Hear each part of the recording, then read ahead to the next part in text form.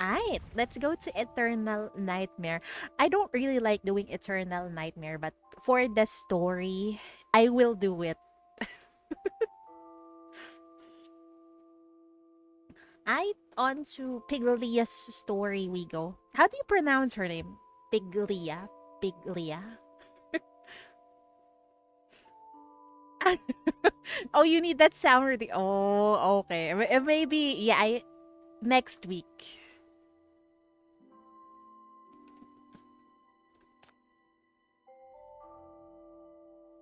Per age next week. I hope.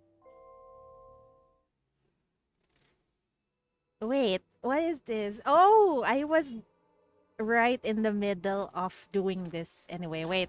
Let me terminate.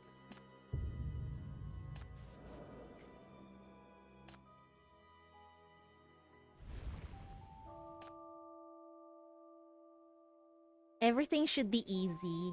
Let's not make things difficult for us. Okay. Is there a new team? Ooh. This looks promising. Hmm. Um. Should we?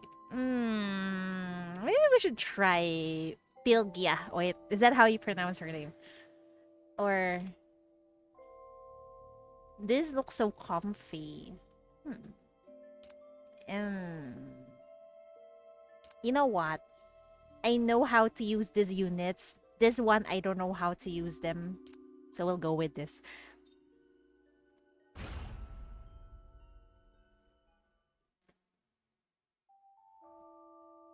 Oh,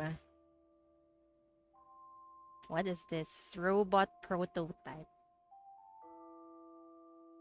Crit rate boost. Sounds okay.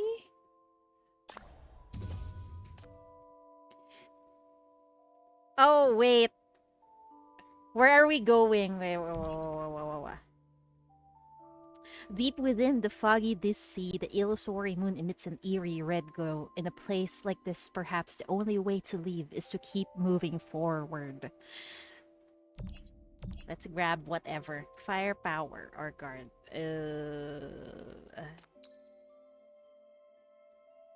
Divergence point? Is this it? Huh? What is this?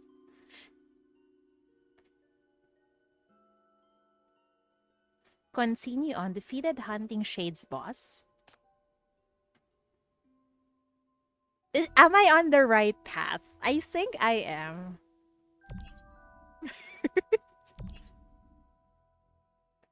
You feel yourself sinking into the ocean. If you don't resist, you'll only plunge deeper.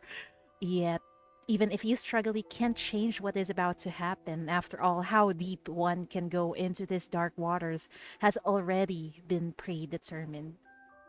Oh, keep sinking. Hi, Caramel. Welcome. Also, good news. I bought the shoe skin. Oh no. Oh, okay. Here it is. 10:30 October 24 and F114 Chief's office. After 4 months, you hear news about the DC once again.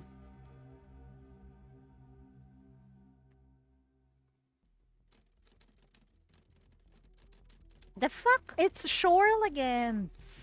The illusory moon tide is about to rise again. After 4 challenging operations, humanity seizes the initiative this time. It is confirmed that the Dissi expedition team did break through the convoluted outskirts of the dead zone. Traversing perils, they reached the city of Maria Ruins, where the perishing star descended, and established an enduring research base there. During the fourth investigation, Our observatorium retrieved crucial time space coordinates by tracking Chief. It turned out that the current tide's epicenter lies unprecedentedly near the heart of the Sea. Are we going there now? Oh my good lord. The one we saw last time, the red thing in the center of the sea. Soon we will be following in the pioneers' footsteps, tracing their lost research findings, with a chance to uncover truths entombed within the dead zone.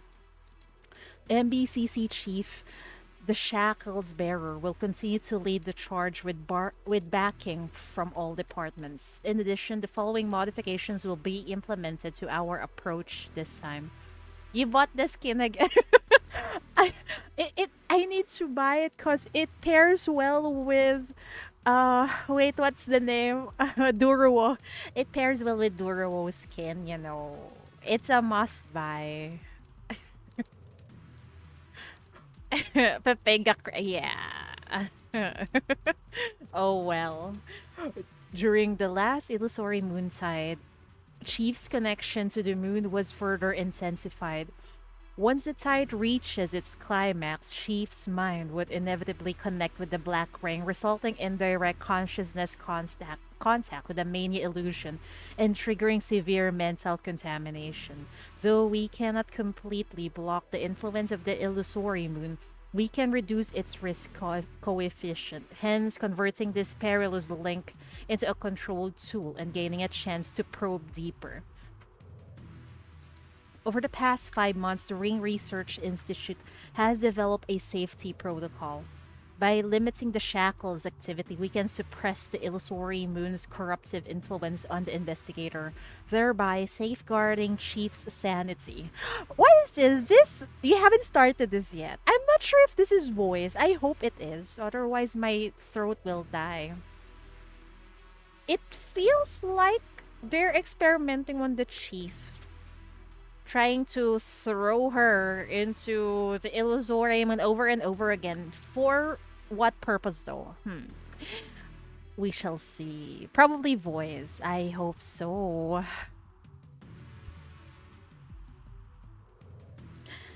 Furthermore, separate researches have also managed to mitigate the risk from restricted shackle use. They're always experiment on the poor chief, man. Also, this is a endless nightmare, right? I mean, eternal nightmare. Is there's going to be emotional damage? I wonder. We shall see, I guess. The mania beings that emerge during each contamination peak, formerly identified as contamination sources, have now been revealed as echoes of the expedition members who perished in the dead zone. Their consciousness melded with the mania, reawakening whenever Chief returns to the Sea. Oh! They only reawaken when the chief is there. Interesting. So I mean, the chief is really related to Mania and the illusory moon. Chief is like commander. Yeah, yeah. At least we know they won't do anything stupid to Chief, or they may release two black rings. What's scary is how many black rings have Chief eaten already? Is it two? Chief is actually scary, right? While the underlying mechanism remains unverified, and we cannot rule out the possibility of this being a trap orchestrated by the Black Ring, there is one certainty. Every time Chief falls prey to mental contamination and is snared by the Sea, these entities would attempt to guide Chief back to reality. Therefore, as long as Chief makes contact with a contamination source, even if Chief faces a crisis afterwards, we can utilize the source's coordinates to rescue Chief's consciousness in time. I hope Chief won't be in too much danger. This Paradiso's fuckers, man. In other words, the very people you seek, Chief, are your safety net. Ooh. Yeah, that's right. Our immortal sinners have always saved us over and over again. There is a total of 4 official black ring, but there's a black ring zeroed or Jill you're currently expired. Yeah, this is the first one, right? And it's right at the sea. Is it the red thing that we saw on what was her name? The previous Eternal Nightmare. Chief closed yeah, I think that was Zoya's, if I remember correctly, the fourth one. This tide's contamination source is closer than ever to the heart of the Black Ring, you said. Correct. It is remarkably close to the impact site of the perishing star. Essentially, the intelligence we could gather this time might be groundbreaking. We may finally uncover the truth about the perishing star. I understand and I will do it. There's just one more thing I need to ask. Is there any possibility of bringing them back? Why no answer? Given our current research findings, we can only guarantee the safe return of your consciousness. As for retrieving anything from the mania of nearly a century ago, there have been no successful cases so far. I regret to inform you that the closer those explorers got to the epicenter, the lower their survival chances became. This may not sound rational, but just think of it as a dream, Chief. Our immortal sinners are not real, you say. I refuse to believe that. Your task in the Sea is to address the anomalies, collect intelligence, and uncover information about the expedition. Changing the past is no walk in the park. From the very beginning, they chose a path of no return. They marched bravely to their end, gambling everything for even the faintest glimmer of hope and possibility in the darkness. Their expedition has become history, whereas your expedition is to venture through that history to reclaim the lost possibility. Damn, I see. While the words are conveyed in Shorl's typical mechanical manner, you somehow discern a trace of that man's presence within. Hmm. What was that? Zoya was about to become the fourth, and Ariel, the first official sinner, was the center of the second, if that makes sense. Is that makes sense? Is it really Ariel?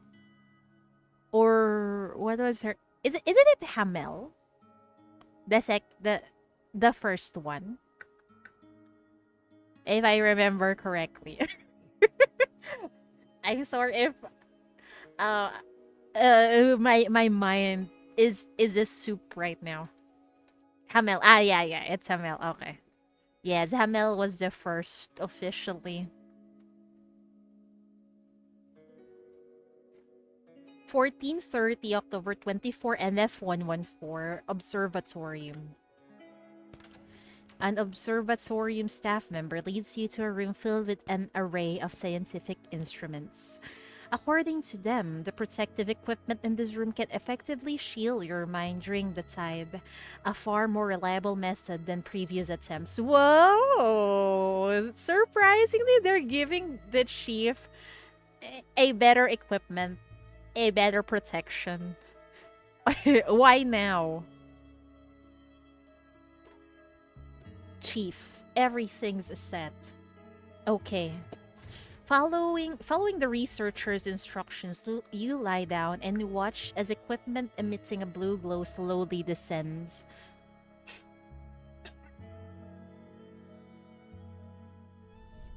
Your expedition is to venture through that history to reclaim the lost possibility. Let's get started. After a few minutes, your consciousness starts to blur. Your eyes gradually shut as you slip into a boundless dream. You wake up in an endless sea, its boundaries nowhere in sight. The water surface above you recedes. The moonlight singed with a red glow devoured by the darkness below you, growing increasingly obscured. There's no suffocation, no panic even, just an eternal descent. The frigid, murky water envelopes you, numbing all sensations and emotions. The sea, the contamination source, the expedition. A few fragmented words flicker through your foggy mind. They're your crucial mission here.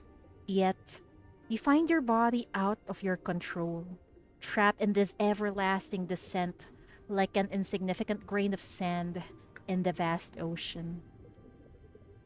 After an unknowable time, you discern whispers emanating from depths below. What? Who could it be? Your targets? The members of the expeditions? You can't be certain. Those whispers are too distant and muffled to make out. Turn toward the sound. I hope there's no surprise. You try to turn toward the source of the sound, but your body remains beyond your control. Gradually, that sound draws closer, carried into your ears by the seawater. Who are you?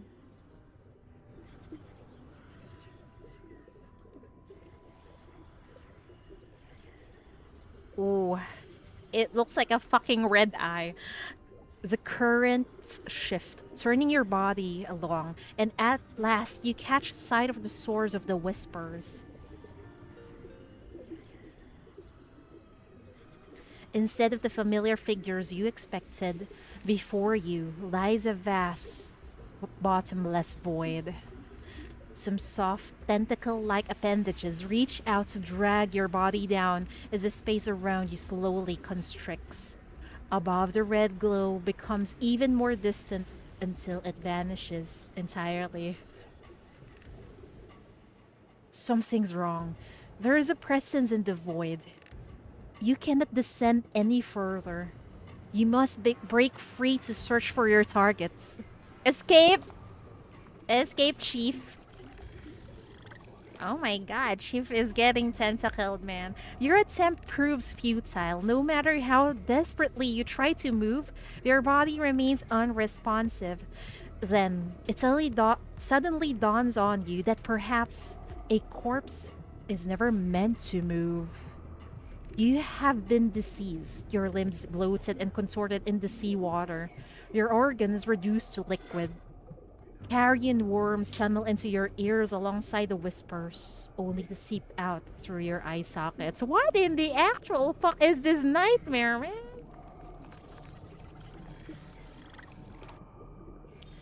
The whispers draw closer, growing more complex, while worms rise and gnaw through your brain, devouring what little is left of your nerves.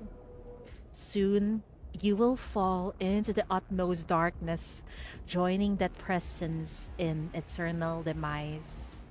At that moment, a wholly distinct voice, light but clear, pierces through the maddening whispers and resonates within your soul. Are you afraid of this place? Yes, it's her. She's here to save us. Ah, the chief, I mean. Before he can answer, a hand reaches down and grabs you. Upon the touch, warm lifeness flows back into your body. You find a mysterious being before you, neither fully human nor wholly otherworldly, enveloped in a faint white light, along with the numerous ethereal white little creatures. Her true form remains veiled from your sight. There's somewhere I must go. Not here. I see. Then, follow me. Let me take you out. Her voice envelopes you in tranquility and solace, drowning out the fear instilled by the whispers from the previous darkness. When you glance back, the tentacles that once ensnared you have already vanished without a trace. Echoless dive. Ooh. Ooh. Chief, please note that the pressure will accumulate while exploring an echoless dive. This is the current pressure. Is this like the I know we still have this gauge. What is this? It details about the pressure. As your pressure rises, it will have positive or negative effects on your exploration. Keep an eye on your pressure reading to ensure a smooth dive. Ooh, deduction. Is that a trap? I think it is. Maybe we should just go forward.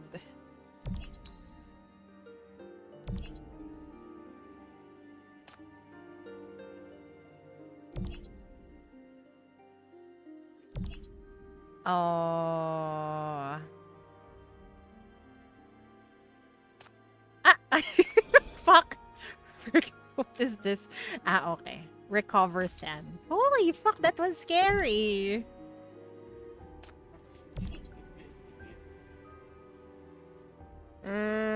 Arcane Sinner.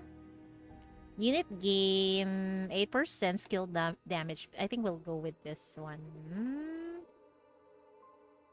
Or maybe this one. I don't know. Maybe I'll go with this. Uh-huh, uh-huh, uh-huh.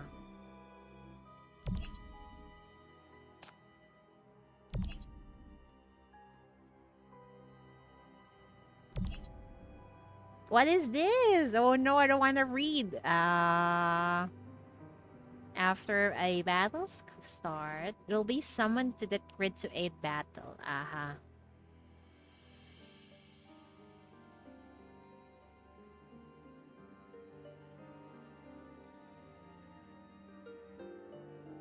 Can block one enemy. Ah. Once per battle. That's sad. I think I'll go with this one.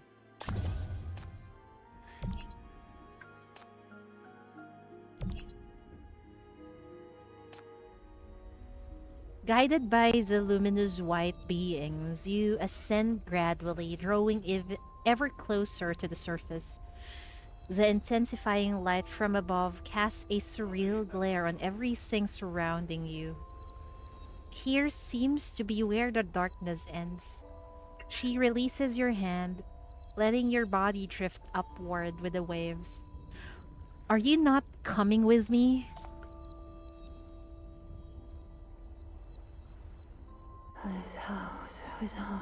Oh no, we cannot understand her. Why?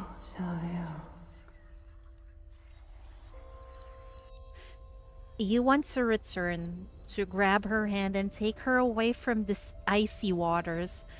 Yet she does not respond to your intentions, merely waving goodbye as she watches you drift upward. No!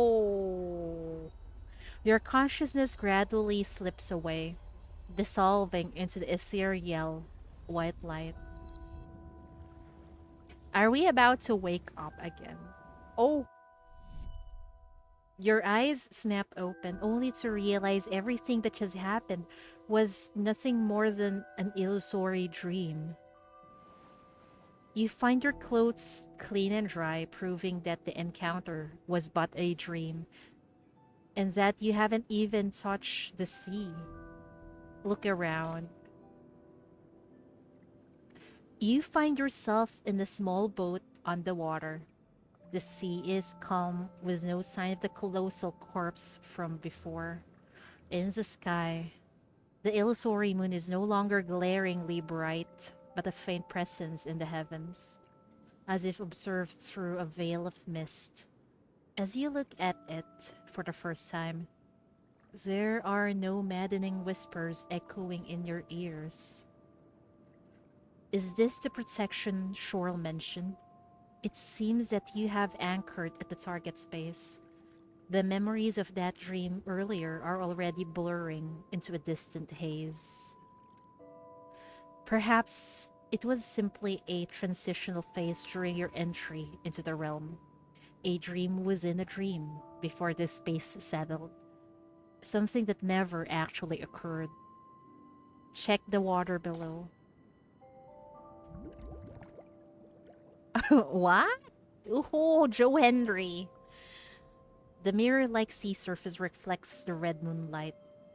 Occasionally, bubbles and white shapes flicker beneath, vanishing in mere moments. Also, earlier, the illusory moon looks a lot nearer than the first few encounters. I mean, yeah, first few encounters with it. As you ponder what lies hidden beneath the surface, suddenly, following a tiny splash, a black bulb reaches the surface. Startled, you lose your balance and stumble back into the boat. As your eyes regain focus, you see a glass panel at the front of the ball, and behind it, a pair of bright eyes. Why does. Oh, wow, she doesn't look corrupted yet. You and the owner of those eyes stare at each other, locked in this awkward and bizarre silence for almost a minute.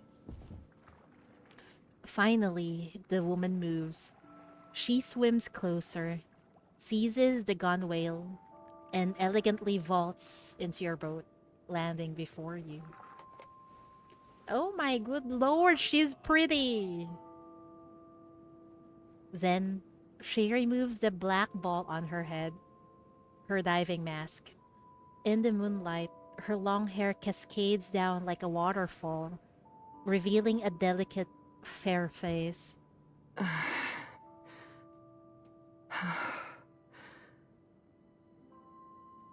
She scrutinizes you intently, her eyes as serene as still waters. You hear only steady breathing.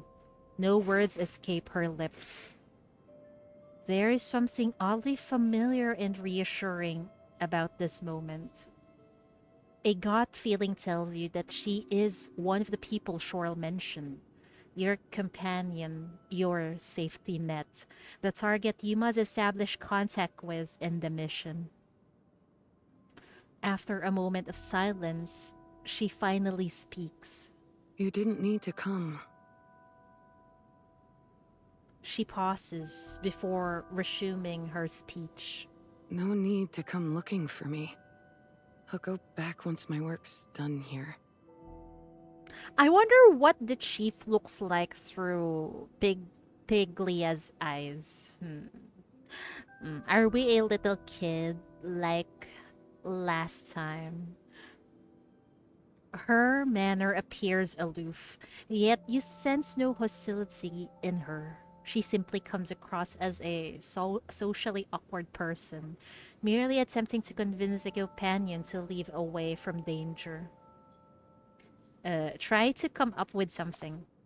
As you consider how to break the ice and gather more information about these waters, a shout reaches your ears from the distance. Hey!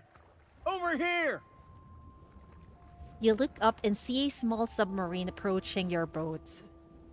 The submarine stops before you. Two men get out of the vessel and engage you in conversation face to face. How's the salvage going? Need any help? Hold on, is that our little guide? What are you doing here? Oh, we still look like a kid. I wonder, why is it always like that, huh? We are the guide in their eyes and a little kid. I wonder if the chief really existed way before, during the expedition time. So maybe I'm thinking, did the chief actually originated in the illusory moon? Hmm. We shall see, I guess. The man speaking seems to know Pylgia. Is that how you pronounce it? Pylgia. Very well and sees you as a child, just like everyone else here before. I look forward to the day when it finally to be explained. We're getting I or don't worry, we're getting near the illusory moon, so maybe one or two more. They will probably explain it. The pagan deep space? No, I'm playing Path to Nowhere. Although it feels like Path to Nowhere and Love and Deep Space have a collab in the next event. Because we are interrogating prisoners in Love and Deep Space. Oh lordy. You here for Pylgia too? Well, Pylgia. come on into Okay. our sub.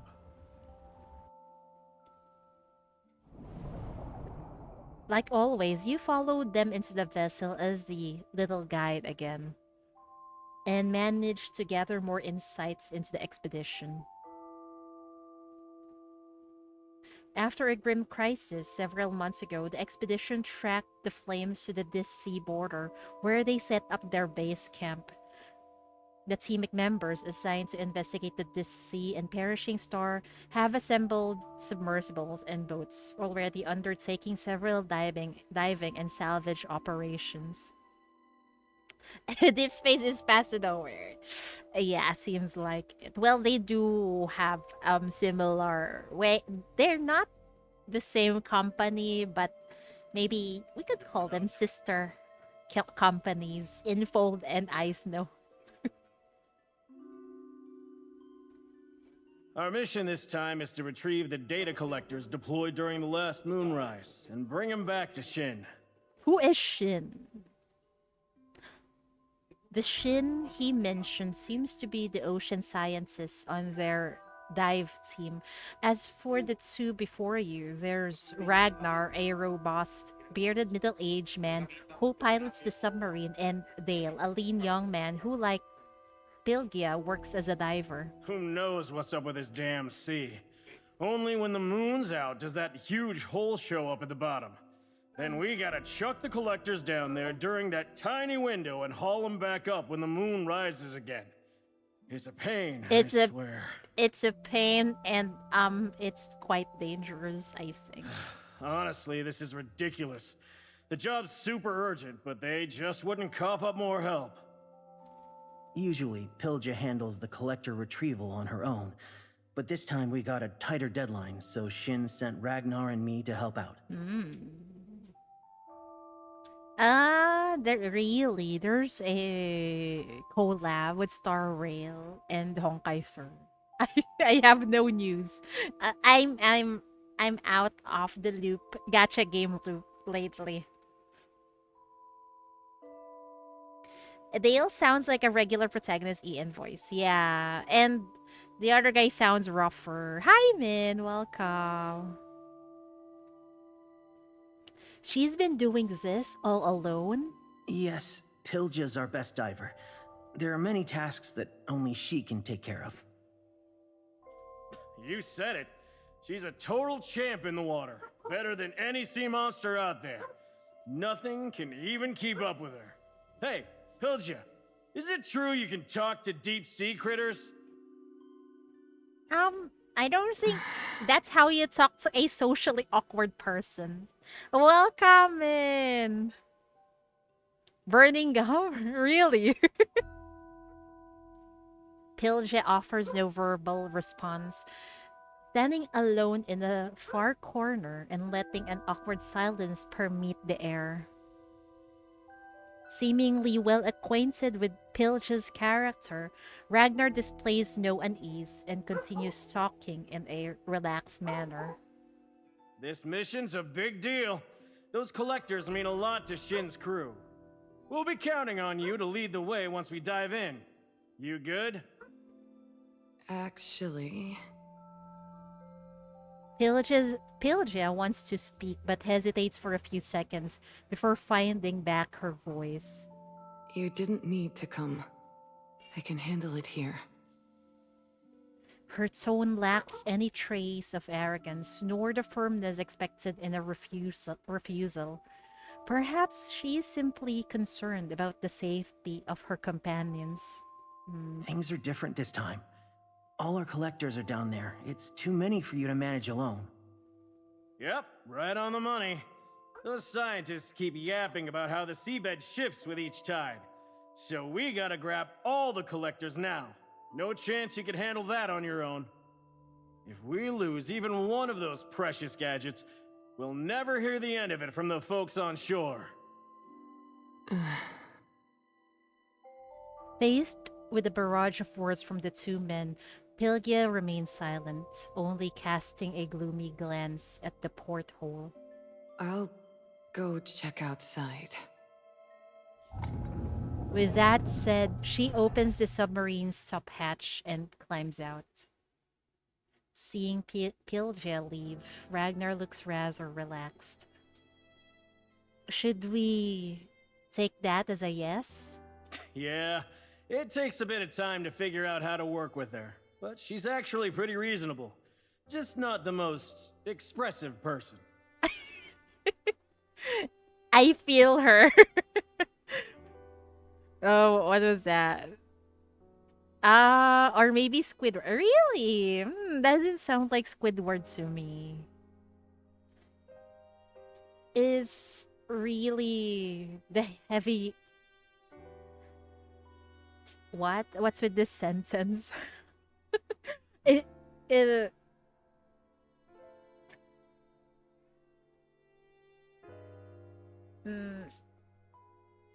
Is it really because of the heavy workload that you're here to help?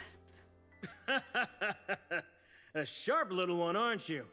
Truth be told, we're mostly here because we're worried about her. Oh, okay. I just hope she realizes that these people care about her. Worried? But you said she's the best diver you have. That's true. But things aren't safe beneath the surface lately. Last month, a 3-person squad went on a mission and disappeared. Haven't heard a peep so far. Okay, enjoy your game, Mori. Since our first dive 6 months ago, monster sightings have quadrupled. Pylgia's a pro at this, yes, but she's still human. If she keeps going solo like this, with no one watching her back during missions, we're worried that one day she might run into a monster and... Ragnar. A noise emanates from the hatch as Dale adeptly interrupts the talk. Shortly after, Pylgia enters. Equipments are all set. We can go now. Right. Time to hunt. Pylgia, you handle the port side. Dale, you got the starboard. As for our guide, help me watch over this, will you? Just keep an eye on this pressure gauge and give me a heads up if anything seems off. Following Ragnar's gesture, you spot a large set of levers and panels. Let's roll! You know, this is kind of scary. You are underwater in a cramped submarine and you got a scary monsters outside. And there's the illusory moon above. Oh god. The engines roar to life as seawater fills the ballast tanks, allowing the submarine to descend. Oh, pressure's up. We're going down some more. Endura, reticle. I think we'll go for reticle. Oh,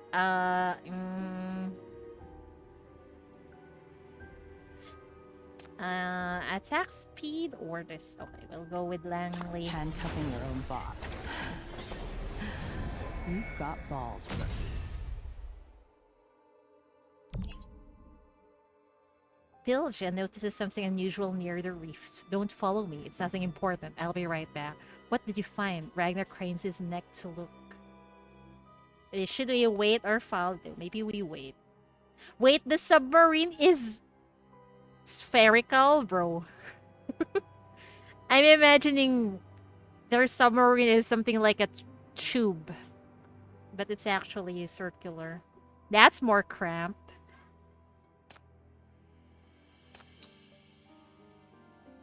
We've reached the designated location. Pylgia, set up the first security perimeter. Roger. Through the monitor, you see Pylgia holding a metallic portable, flips the switch, and places it in the water. To your surprise, the device hovers at where it's deployed instead of sinking, emanating an ethereal blue glow. What's that? You mean the alarm? Just a gadget the tech team cooked up using some glowing blue crystals. Oh, at this point, they've already discovered. I'm about to say S ships. Wrong game. Cubes, hypercubes. This is also part of the job. We've got some sketchy stuff happening down here lately. If any weird creatures swing by, it'll set off an alarm to give the surface teams a heads up to clear out. Yeah, it seems like at this point in time, they already found out about hypercubes. Also, I don't think they can fully utilize or know how it works, but they're still using it. Through the device's dial, you catch a sight of the shimmering blue crystals Ragnar spoke of. Although their crystal structure resembles that of a hypercube, their appearance is vastly distinct, more like flowers blooming on a plant. And wait, aren't this I'm not sure, but aren't this the flowers? The one where the place where Chief woke up at the beginning, you know, the flower field.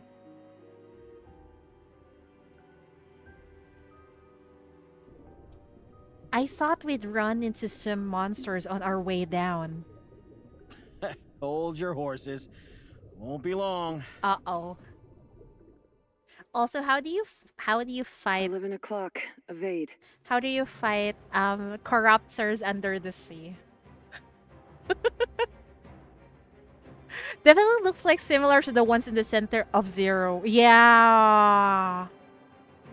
And that's surprising, you know, because we know the illusory moon is composed of mania, and yet you can find the hypercubes below it, which is quite ironic, not gonna lie.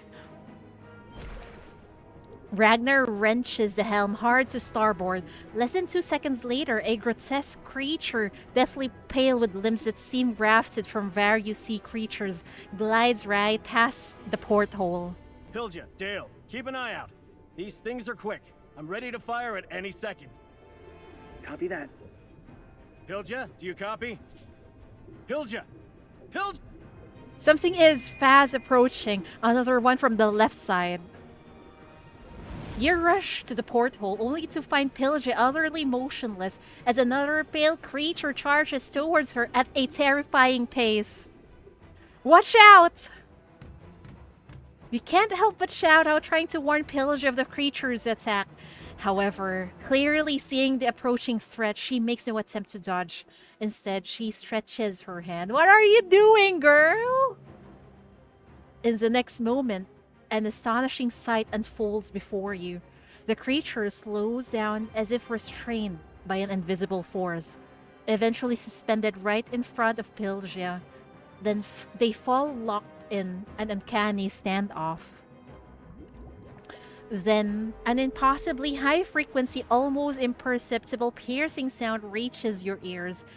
Influenced by the seemingly illusory noise, the creature, which had been charging forward in a frenzy moments ago, begins to retreat as if persuaded by Pylgia. Oh, what is happening here? Suddenly, Dale's voice cuts through, interrupting the sound. Pylgia, clear out! Before you realize it, Dale has already moved to Pylgia's side, his sharp underwater weapon firing straight through the creature. The creature writhes violently, letting out a blood-curdling shriek. In the meanwhile, countless inhuman eyes emerge from the darkness, all fixed on the submarine. What the fuck? That's scary! And exciting, not gonna lie. Oh my good lord, we're really underwater, bro. If I remember well, Hypercube are made from Mania event. Ah, you're right. You're right. I think I read that somewhere in the bureau files. What is this? No allied unit. Mecha cannon. So there are two areas where, oh, fucking... I'll just put them there. I think even this one. Wait, what's this? Blazing Altar. You can summon it also? Huh? Okay. There is nothing to fear. Execution time. No need to come along. I can handle it.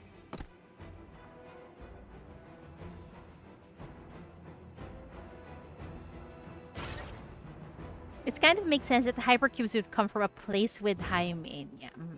Yeah. Ooh.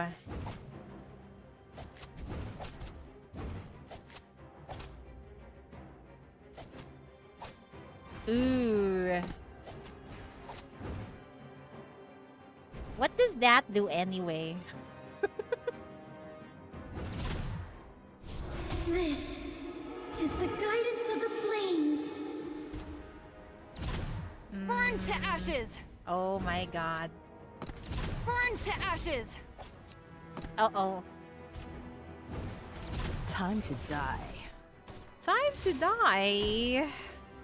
I hope we don't die. This is the guidance of the flames.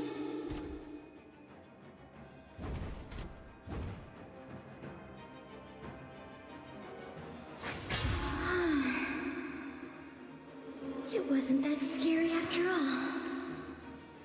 Uh-huh. Son.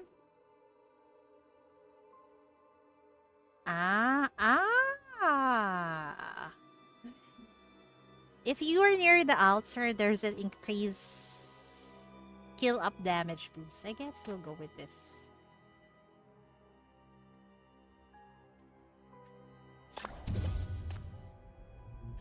After Dale kills the first monster, more surge forth from the dark waters, forcing you into a desperate battle. Ragnar had no choice but to fire one of the submarine's only two torpedoes, barely managing to break free from the swarm.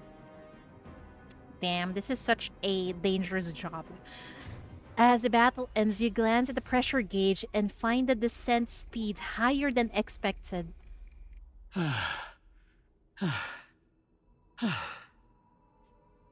After such a narrow escape, even Ragnar, a seasoned pilot, is now gasping for breath. Pylgia, you alright? Did Pylgia control those mania monsters earlier? It feels like it. I'm fine. I wonder if she's already a corrupted at this point. Or maybe the corruption is starting. Good. But don't freeze up like that again. If Dale hadn't jumped in fast, you might have been in serious trouble. If we run into more of them, give me a heads up ASAP. I'll shoot right off the bat. I'm not letting them get near us again. Don't need to fire. She doesn't want to kill those monsters. For some reason, Pylgia's voice is breaking up, and with the radio static added, you are unable to discern what she is trying to say. You check the monitor and see that she continues to swim alongside the submarine. As before, nothing unusual. What did you just say? Couldn't catch it. I said, She pauses for a long moment, only to force out two words. never mind. What was that?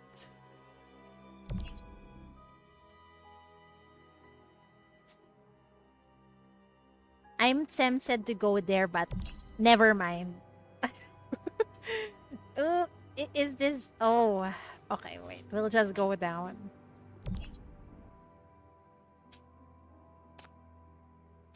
Whoops, nothing.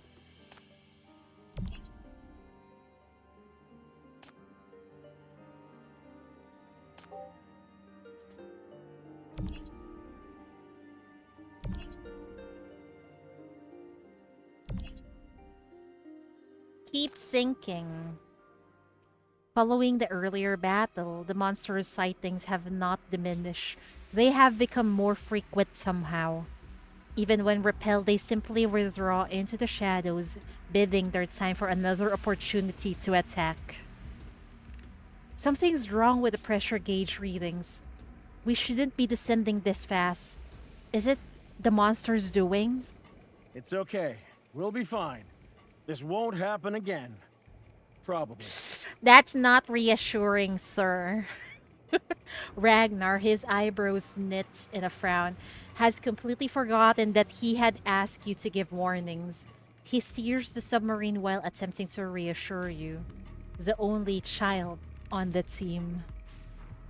Disregarding Ragnar's comforting, you focus on recalling the monster's traits. The first one you encountered was hideous in appearance, but not inherently aggressive. Pylgia even managed to pacify it initially. Nevertheless, as the battle persists, the newly appearing monsters become increasingly fearsome. They exhibit nothing but hostility towards any movement, launching attacks every chance when their numbers amass. Has the combat heightened their aggression? Or perhaps... What now? An abrupt, loud thump startles you out of your thoughts, and you turn to Ragnar at the helm. Damn it! A monster on the port side! Oh god. At Ragnar's call, Pylgia immediately swims to check. No creature spotted. Just a reef. Oh. As Pylgia shines her searchlight, you all look over. The monster reveals itself to be nothing more than a deformed coral rock. Shoot. Alright. Damn, everyone is at the edge. I can't blame them. This place is scary. It's underwater. There's monsters. There's fucking corruptor monsters. What's that? Ragnar mutters under his breath, but the tension remains unbroken both inside and out. The frequent battles have left everyone on edge.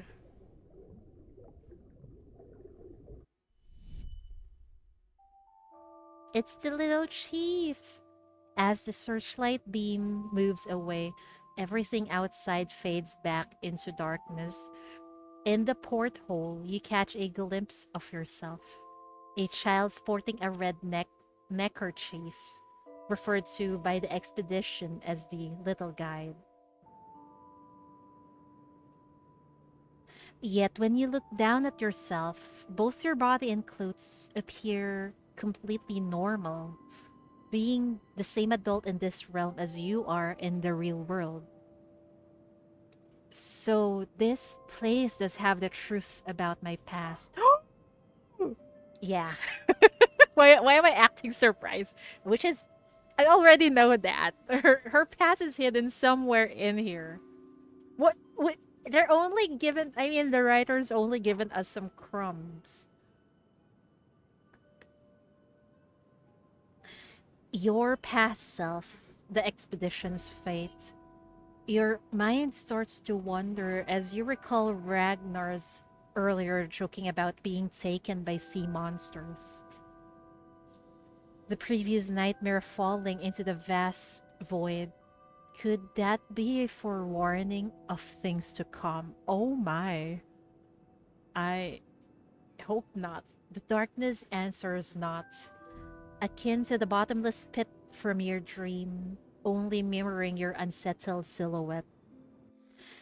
Silence reigns, with only the persistent static from the radio filling the space.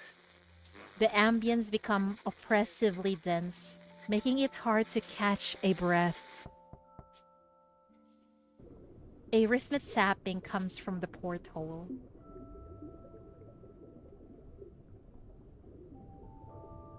You glance up to see Pylgia, floating there in full diving gear.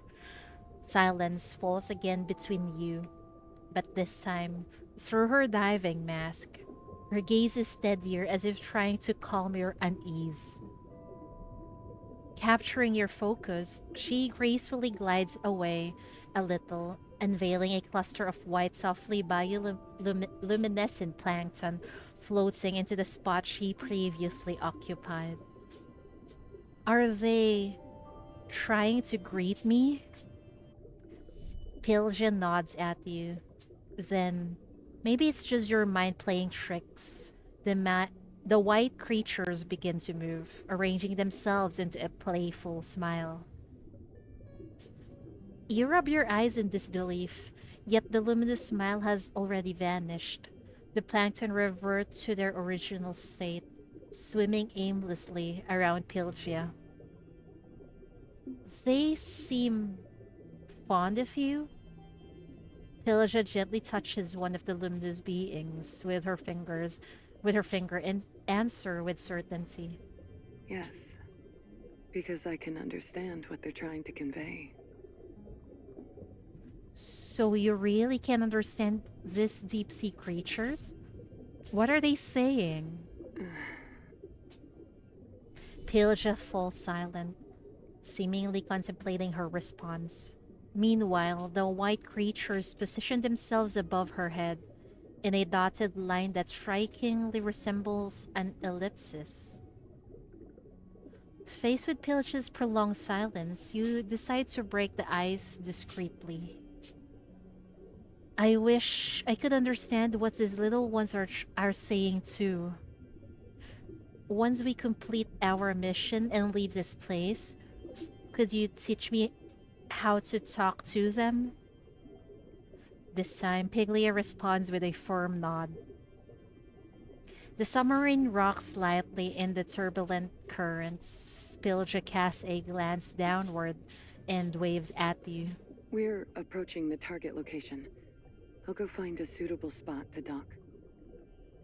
Pylgia returns to her duties, but not before giving you a nod that seems to say, "See you soon."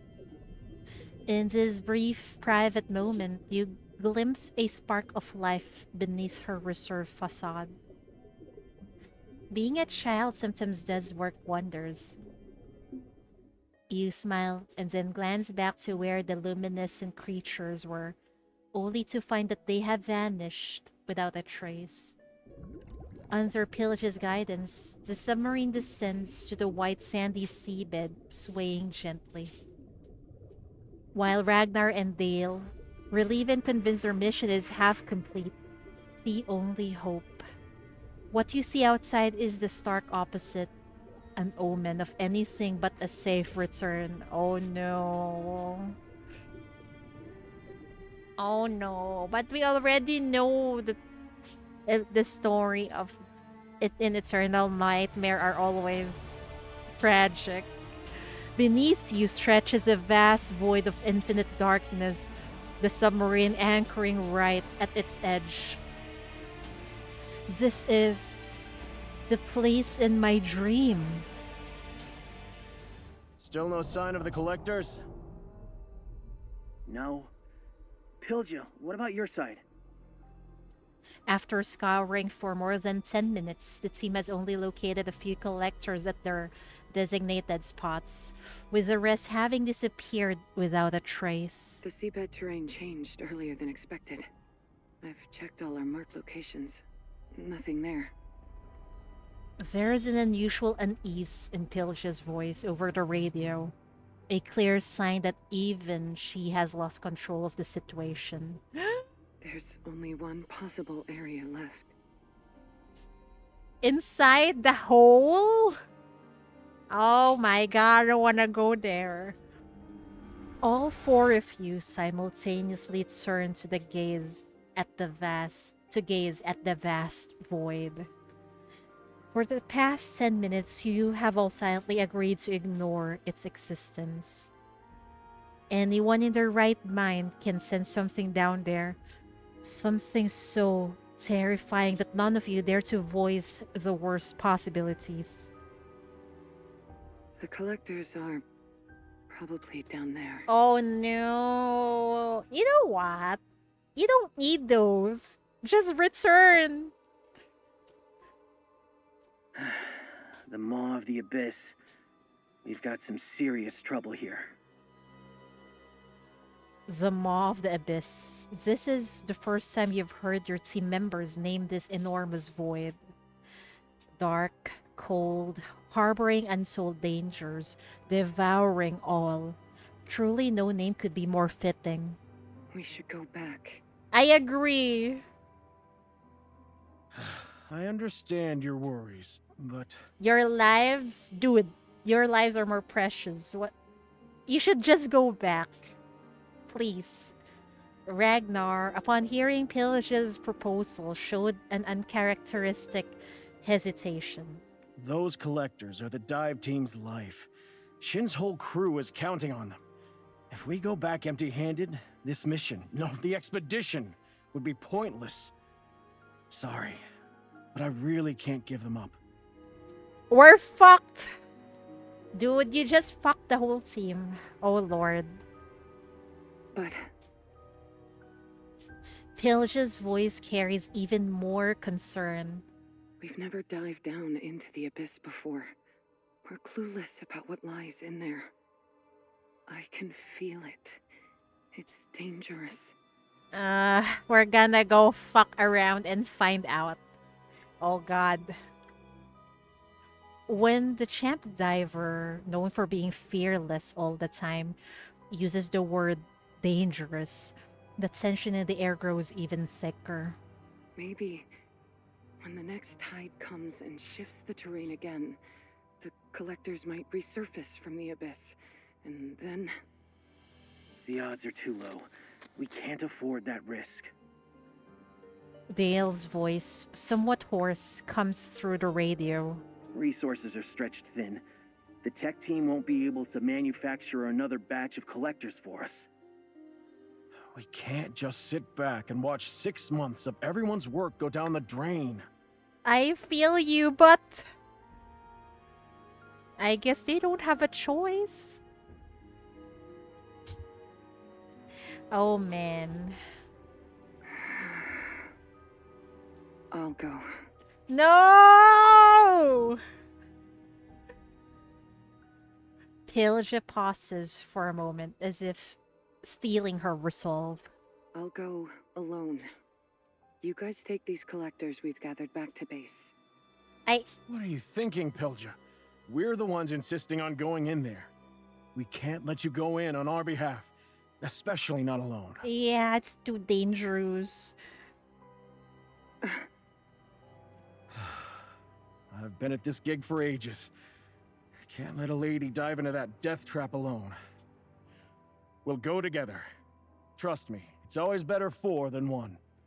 And everyone will die down here, I guess. But We trust your instincts and skills, but there's no way you can retrieve all of them on your own. I know how capable you are, but you need help. After a long moment of silence, you hear a soft sigh through the radio. anything goes south, turn back. Don't push yourselves. Oh, we're fucked, I think. Hi, Joke. Welcome. We're fucked. You know, even though we know this is not going to end well, it's painful to watch their suffering. At the umpteenth turn, you finally lose all patience. The voice in your ear continues guiding you. Just one more turn and you'll reach it. It's not a mirage. It's our oasis. What? Pizza is as dark as always. We got some somehow fun events, but it never fails to throw a hint of depression sometimes and darkness. Yeah.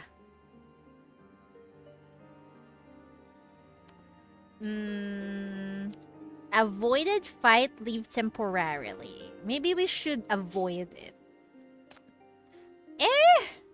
You increase your speed trying to shake off the unknown pursuit only to plunge into a stretch of pitch black waters. Menacing howls and the screeches of scratch metal echo from all directions. Something is haunting you. Oh. Oh no. Oh no. Oh no. Oh no no no.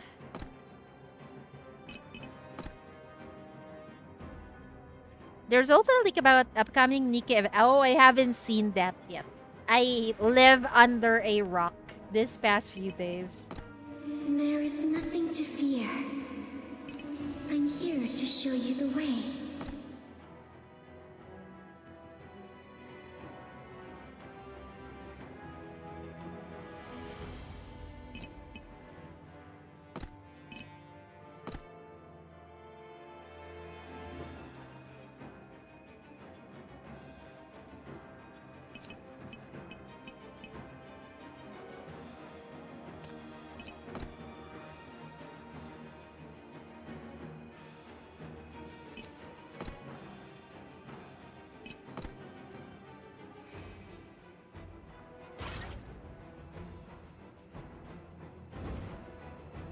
Ooh, 601 Commander's Pass? That's going to be interesting.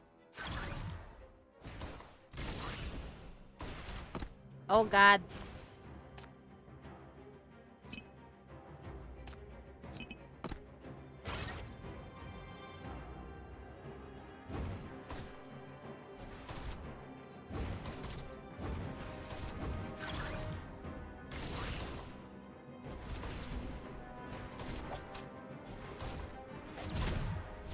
This is the guidance of the flames.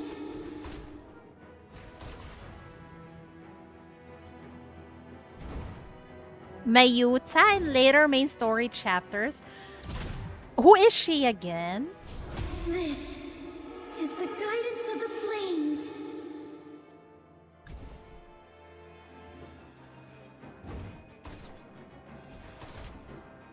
Time to die.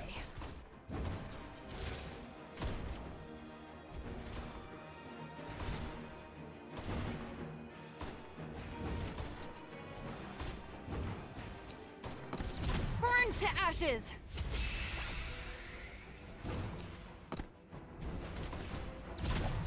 This is the guidance of the flames.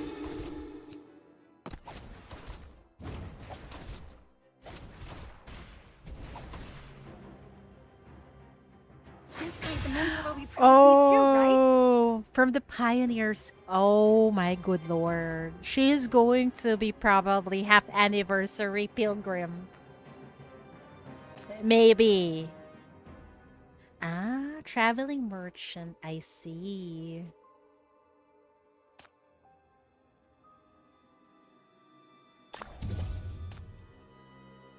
Ooh.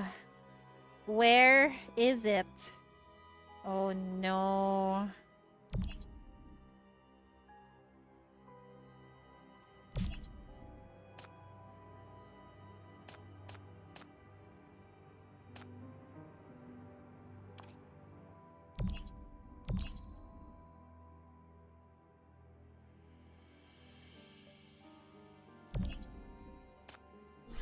Ooh, we don't have enough. Rip. Ripperoonies.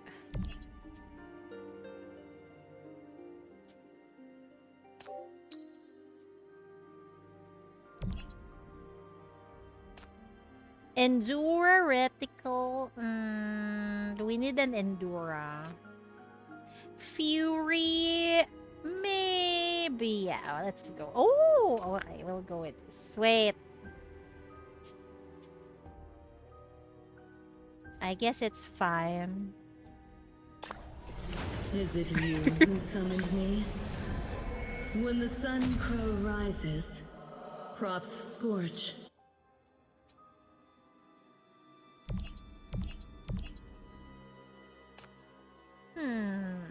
We don't have enough. I will save it, I guess. Do we go there and counter?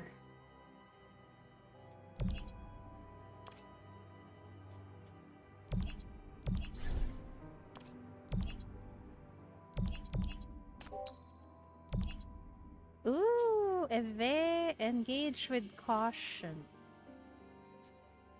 Can we leave? Oh, we can.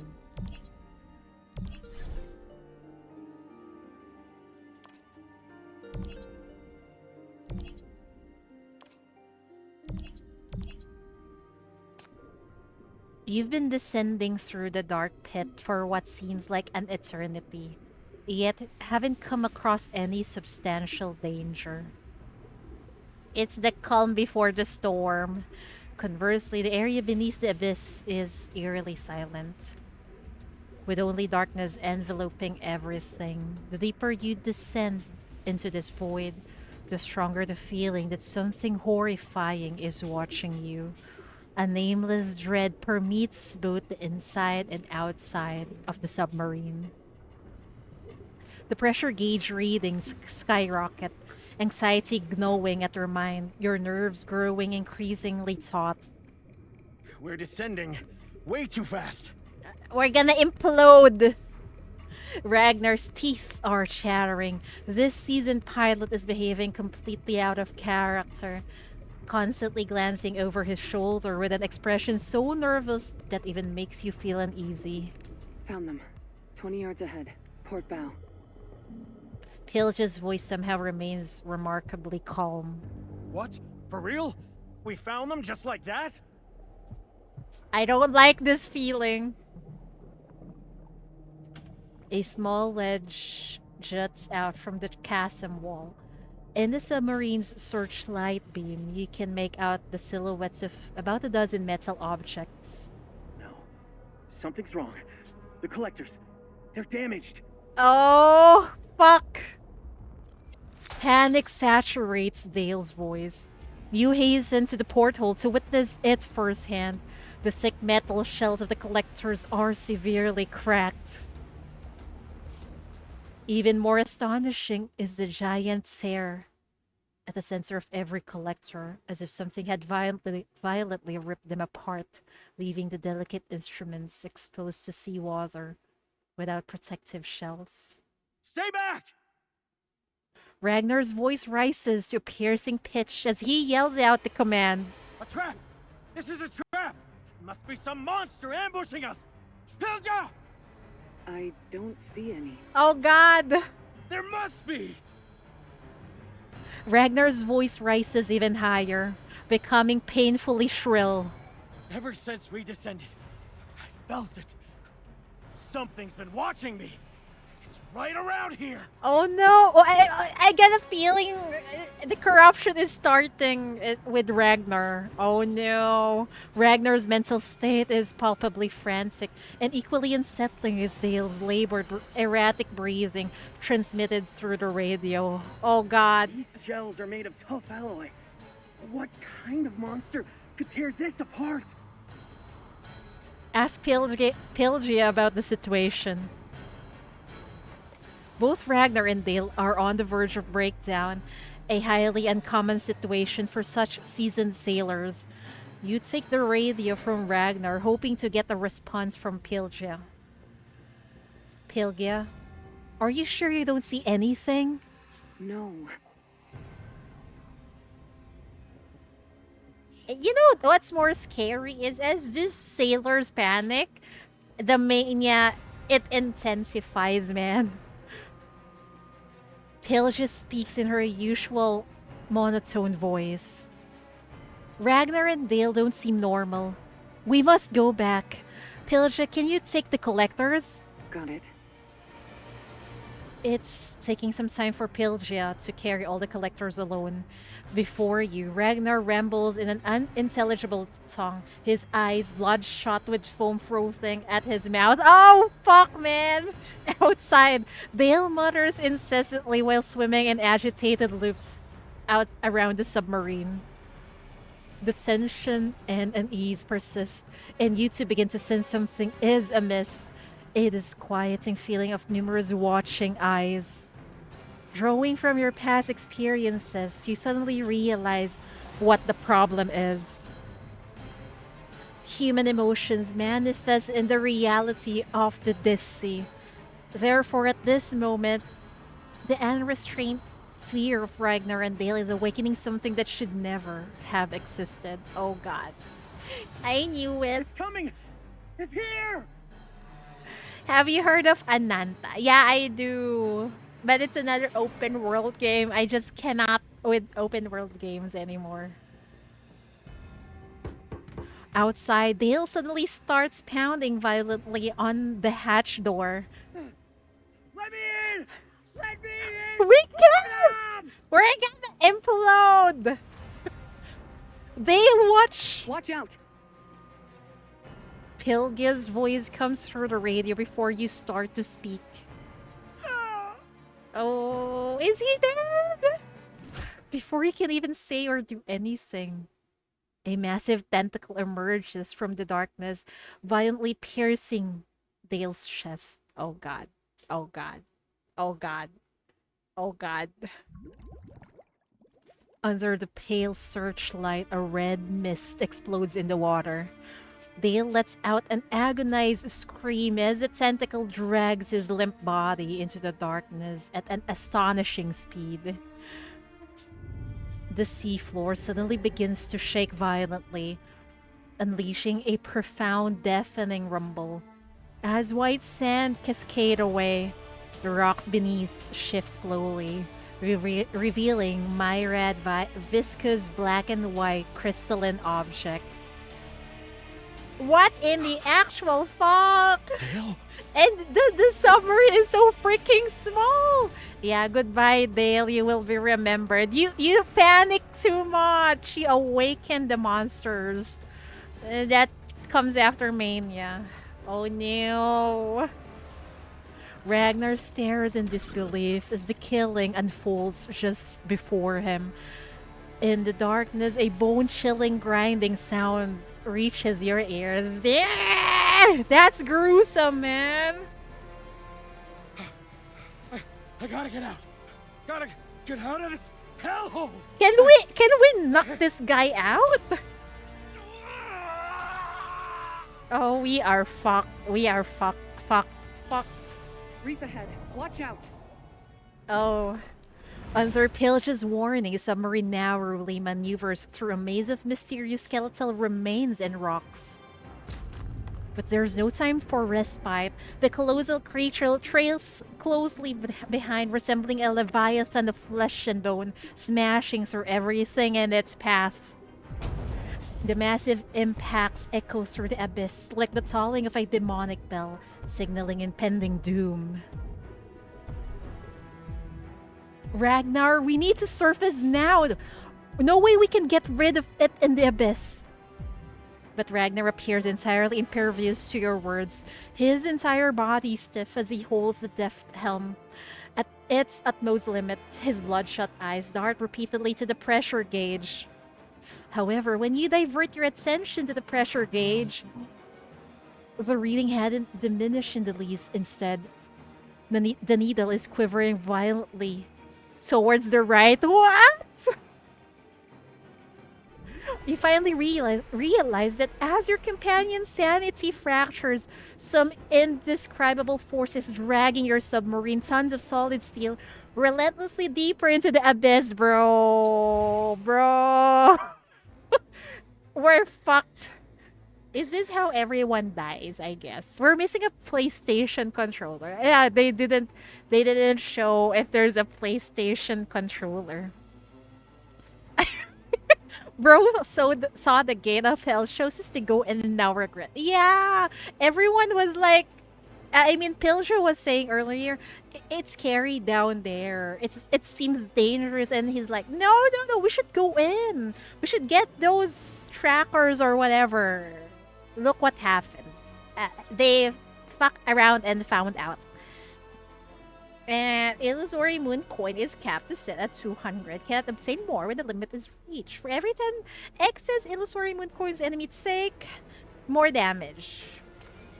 Ooh, we don't have a lot of coins, bro. We have no choice. The monster constantly shifts its form to keep up with the submarine's speed, sailing you and occasionally ramming into the vessel as if toying with its prey. It's forcing us to ascend. Like hell we will. Ragnar pulls hard. on the deft helm. Provoked, the monster accelerates and catches up, hitting the submarine with savage force. We're fucked, man. We're really fucked. In the depths of the ocean, alien creatures swarm toward you from the darkness. Do we have to go into a battle? I guess we do. We're going to be fine, right? Oh, I'm scared, man. Oh my god.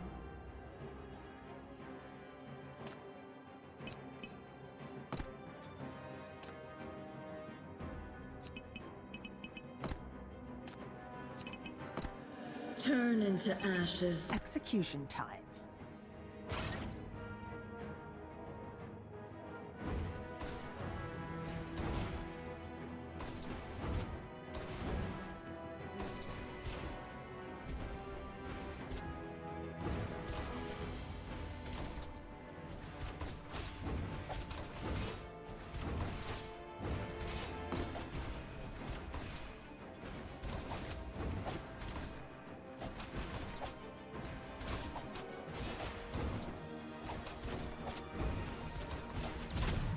This is the guidance of the flames.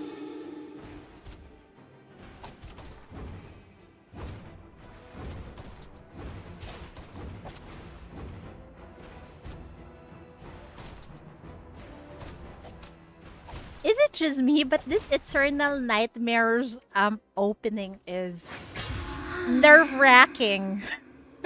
It wasn't that scary after all. Or maybe I'm just not too fond of underwater and the sea. I really find it scary.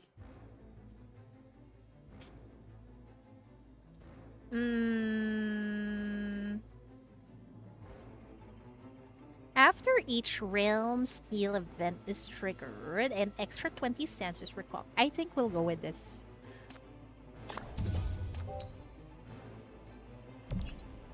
We go deeper and deeper and deeper. How deep is this place, bro?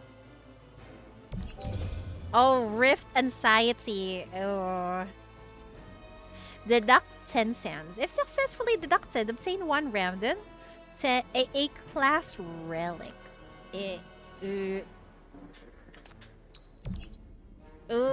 What is that? What are those? You just keep on descending, man. What are these? Target disconnected, so I guess it's fine. We just go down. Shape of Despair. I don't like this. The pressure is building up. It's gonna crush us. Oh, Abyssal Entropic Chaos. Old map.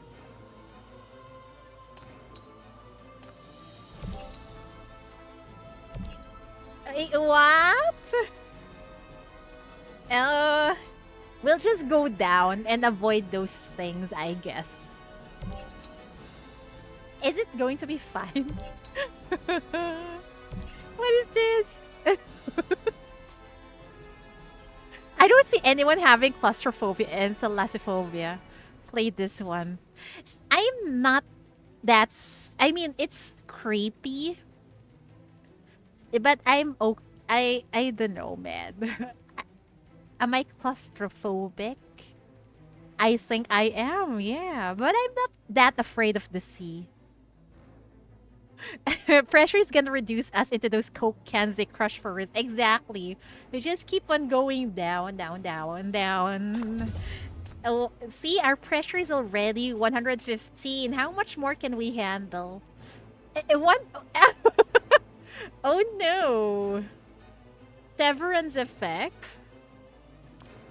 Yeah, I can't die here. Yeah, I can't. Please save us, little planktons.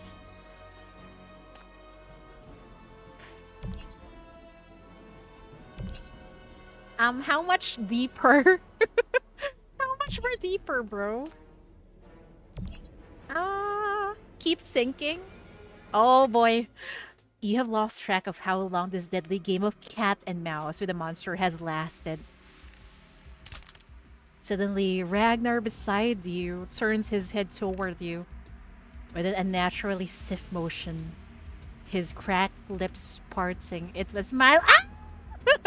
No! No, not in this cramped space! There's no way out. Oh god. Dale? No!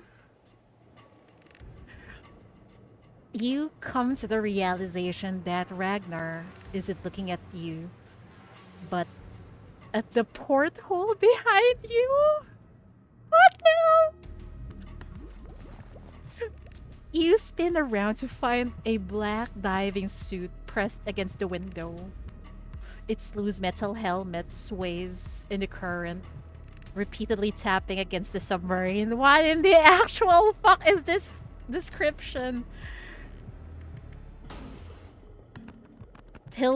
Pylgia drives her harpoon into the diving suit, forcibly prying it away. Move this up. That's not Dale. Before Pylgia can finish, a massive tentacle sweeps past, cutting off her warning. That fleeting moment reveals Dale in his entirety. Oh god, what now? And what's in the fucking creepy sounds? Oh lordy. His body is inexplicably fused to the monster's tentacle. The diving suit distended with an unknown substance, making him look like a swollen water balloon. What the fuck, man? Aren't corpses bloated when they got soaked with water, you know, if they drown? That's nasty. At the same time, the impact kills the engine, and the screech of grinding metal threatens to rupture your eardrums.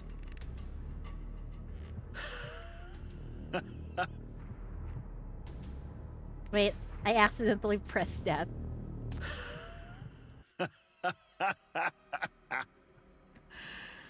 So this is the way out. Could you just shoot yourself, but not us? All color has drained from Ragnar's pale face as he stares transfixed at the tentacles, his hands having long since abandoned the helm. Go! It's catching up. We can't! The captain is not responding anymore. There's an unusual urgency in Pylgia's voice, but you don't need her to her warning to know the monster is breathing down your neck. But Ragnar has completely lost his mind. He slumps in the pilot's seat, his head buried in his hands, emitting nothing but hoarse laughter. As the submarine remains motionless in the water, the sound of breathing and static crackles through the radio. Outside the porthole, Pylgia glances back, her eyes indiscernible in the darkness. I'll hold it off. How? We can't even do anything. You know what? She should just save herself. In the boundless dark water of the abyss, Pylgia raises her searchlight high and blasts a piercing beam directly into the giant creature's face.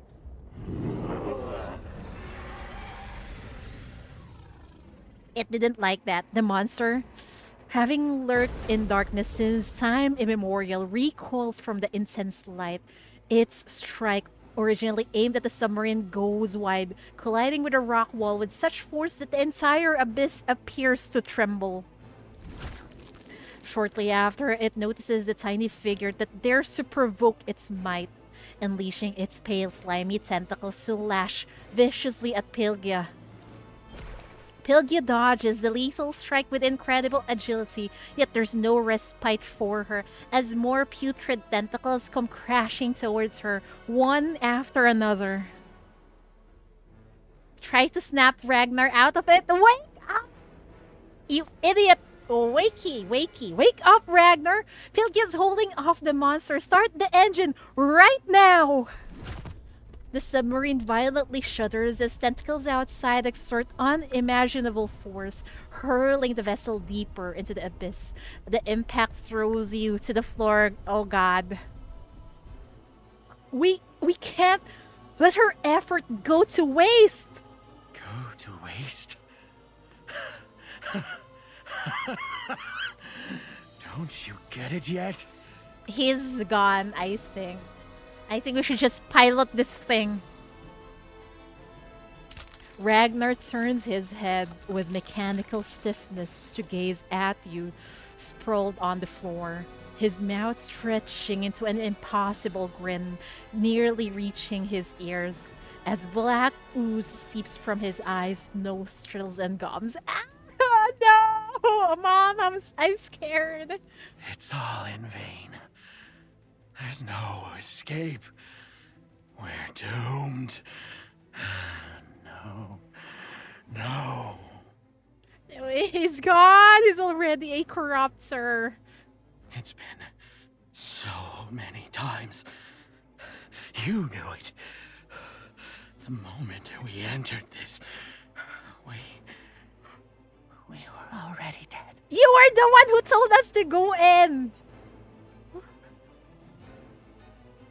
Oh god. Ragnar, no. This isn't Ragnar anymore. Some entity has seized control of his consciousness. It knows your history, cognizant of your countless futile struggles in the sea. You can't save her. Or anyone. You never belonged here. Oh! Ragnar gaslighting. Exactly. He was the one who told us to dive because we need to get those things, bro. Outside the submarine, Pylgia persists in her battle with the monster. Despite her unparalleled speed underwater, she's but a raft in the tempest, destined to be engulfed by the monster's relentless assault. I'm surprised Pylgia can manage to withstand the blows of the monster. Oh no! Please be okay! A muffled grunt of pain comes through the radio. Pylgia! Pylgia offers no response. All you can hear is the endless rambling of Ragnar by your ears. This is our end. Oh god. Pylgia, where are you? There's still one torpedo left on the sub. Maybe you can use it to blast through the tentacles, but there's only writhing darkness wherever you peer. You can't even discern the target to strike. Your hands tremble as rage and frustration screams to burst out your chest, yet with nowhere to be vented. Once again, a companion vanishes before your eyes, and once again, you are utterly powerless to stop it. I'm fine. You don't sound fine. Suddenly, Pylgia's weakened voice crackles through the radio.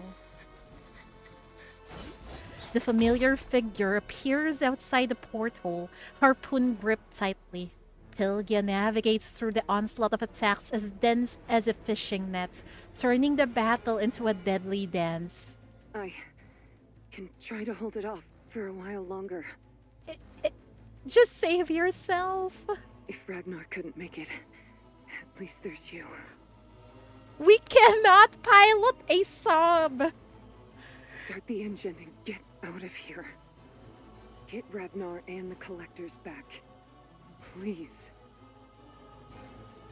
Pylgia isn't dead yet, but like every companion before her, she is willing to sacrifice her life to light a path through the darkness.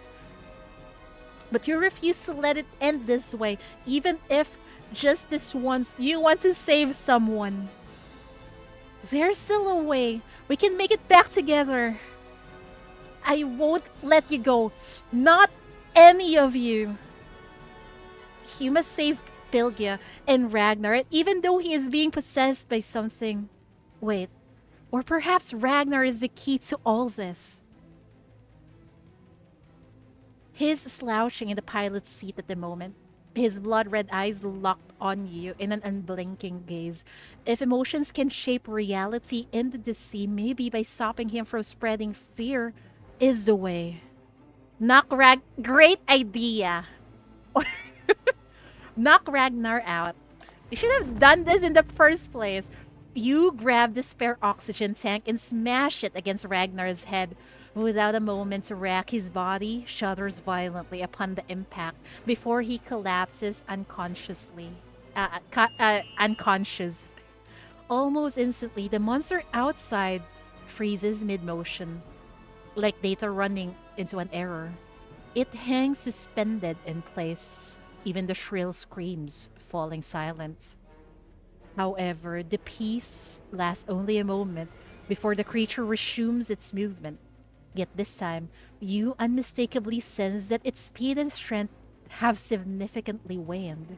So the fear that humans bring underwater is what makes that thing stronger. Pylgia, listen up. I'm taking the tiller now. We can still counterattack. There's still a chance. You drag the unconscious Ragnar aside and take the pilot's seat. Your hand fiercely gripping the torpedo launch button. There's one torpedo left. All we need is to find an opening. Pylgia grasps the situation almost instantly. After taking a few breaths, I'll lure the tentacles away. Aim at me. what? I don't want to aim at you. After taking a few breaths, she speaks with unwavering determination, and then that's I'll what lure she the said. tentacles away. Aim at me. I mean, there is some crazy things in the abyss in real life. That's so true. Under those sea floors, most of them are left unexplored. That's why I'm scared of what is underneath there.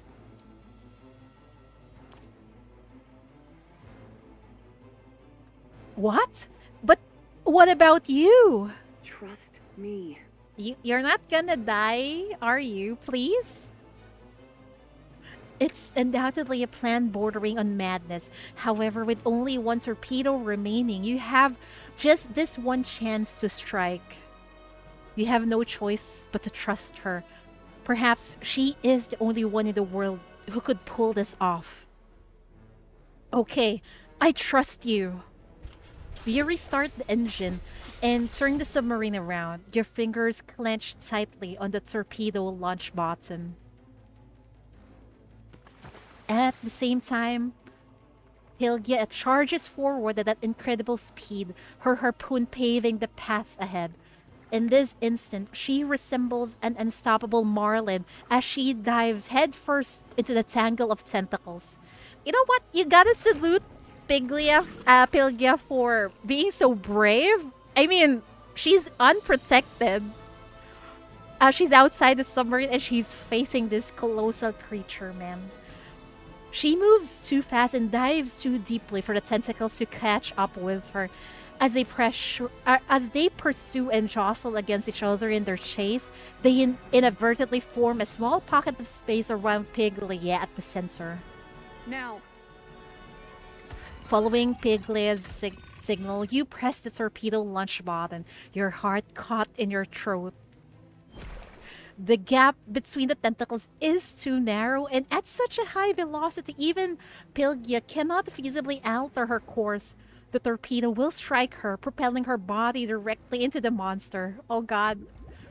But in that split second, Pylgia executes an impossible maneuver. She springs upward at that final instant as the torpedo streaks past her in a flurry of bubbles and currents, descending deep into the tangle of tentacles. The next moment, your vision is engulfed in the glaring explosion. Is it dead yet? I don't think so. Ooh. The explosion unleashes a devastating shockwave, its force immediately hammering the submarine. The metal vessel tumbles into powerful currents as you are tossed around the cabin like a rag doll in a spin cycle. You struggle to your feet, pushing through the ringing in your ears and the throbbing headache, and stagger towards the porthole. Search for Pylgia. Outside lies pitch darkness, the submarine obstructed by drifting monster remnants. You reach for the radio. Pylgia, are you okay? Answer me! The ringing in your ears drown out all other sounds. You can't make out anything. Where is she? Did she escape the blast? Is she hurt? Questions flood your mind as you call out her name again and again, your heart racing with desperate worry. I'm fine. At least at least she responded. Good lord. What is that at the edge of your seat action? Oh, but she doesn't look fine. Oh, at last you discern Pylgia's voice, enveloped in a gentle white radiance. She's fast approaching your location. Accompanied by her side, white luminescent particles surge forth from behind her. The same plankton you have met before, beyond the abyss, in a not so distant dream. They saved you before, and once again, they have helped Pylgia achieve this miraculous escape. You made it! We made it. Together. I hope it's for real, but from the looks of her tattered clothes, I don't think so. Pylgia's voice retains its usual composure, yet is tinged with a hint of a smile. But it's not dead. Oh. A deep growl echoes from below. The explosion only managed to drive it back. You're not surprised. A monster that colossal wouldn't be easily vanquished. At least we've bought some time to escape. You try to keep your voice light to reassure Pylgia and yourself. There's no time to waste. Show me the way, Pylgia. Let's get out of the abyss. Obstacle ahead. Watch out. What? You alter the course of the submarine just in time, giving Pylgia a quick confirm through the radio. The injured monster's growls draw nearer, yet there's little you can do. All that remains is to trust Pylgia's guidance and pray that the impaired submarine can carry you to safety before the monster catches up. Ragnar. Is he okay? I'm not sure, but he's out cold.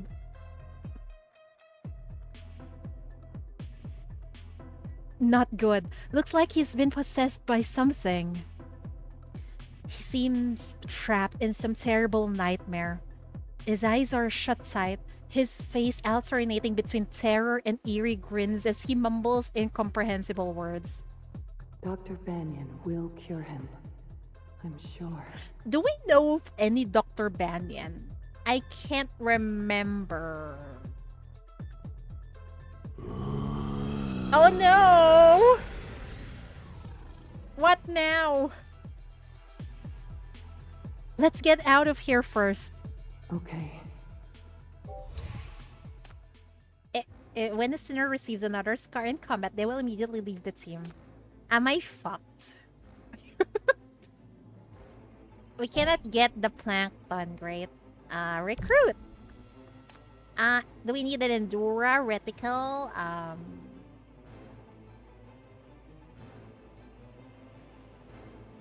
I think reticle.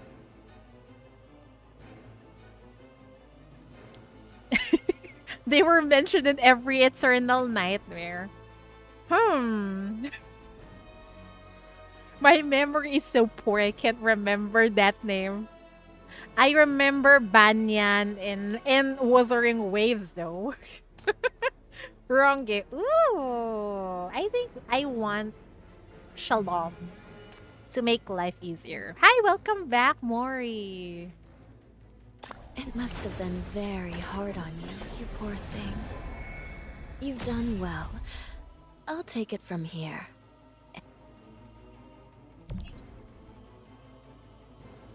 White plankton envelopes the submarine, their luminescent glow illuminating your path forward. Ah, Severance. Okay. Thank you, planktons. Holy fuck.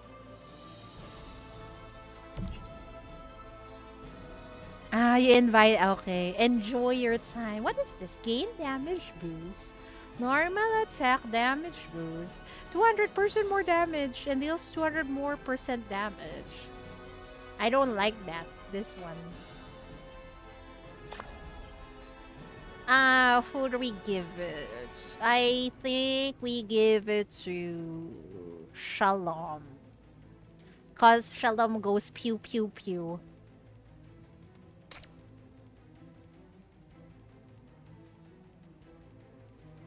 All that's missing is Duro to use Yao ult without losing anyone. I know, right? But we cannot ult with Yao. We can use her special, ECB skills though.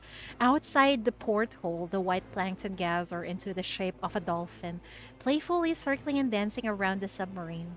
Gradually, you begin to relax, your grip on the deft helm loosening slightly. Compose yourself. Yeah, we need to calm down. Thank God the pressure is lowering. Boss battle. Why are we sinking again? I thought we're going up. Coming. The monster will die. No escape. Ragnar's condition deteriorates further. Something squirms beneath his skin, and his delirious mutterings become increasingly coherent. Something squirms underneath his skin? Is he like...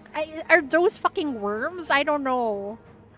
But you don't have the luxury to worry about him now. Maneuvering through the darkness saps your energy and mental acuity, demanding continual vigilance against the monster's abrupt assaults.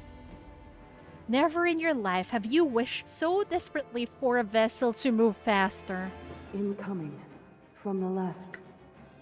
Maneuver to the right. You execute an immediate maneuver, evading the monster's onslaught. Through the porthole, you catch sight of the monster's incomplete form, marred by the explosion.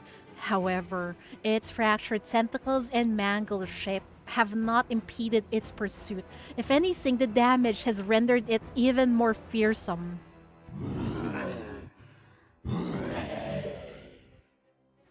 Its damaged tentacles reach out, catching the rear propeller. The entire submarine lurches to a stop, nearly ejecting you from the pilot's seat. Oh god. I'll lure it away. Please be safe. Pylgia tries her old trick again, raising the searchlight high to draw the monster's attention. But this time the monster ignores the glowing insect before it, focusing all its attack on the submarine instead. It's after the chief, man. Oh no. At that point, Ragnar is just an old person rambling, yeah, Grandpa will get you to the retirement. He's useless.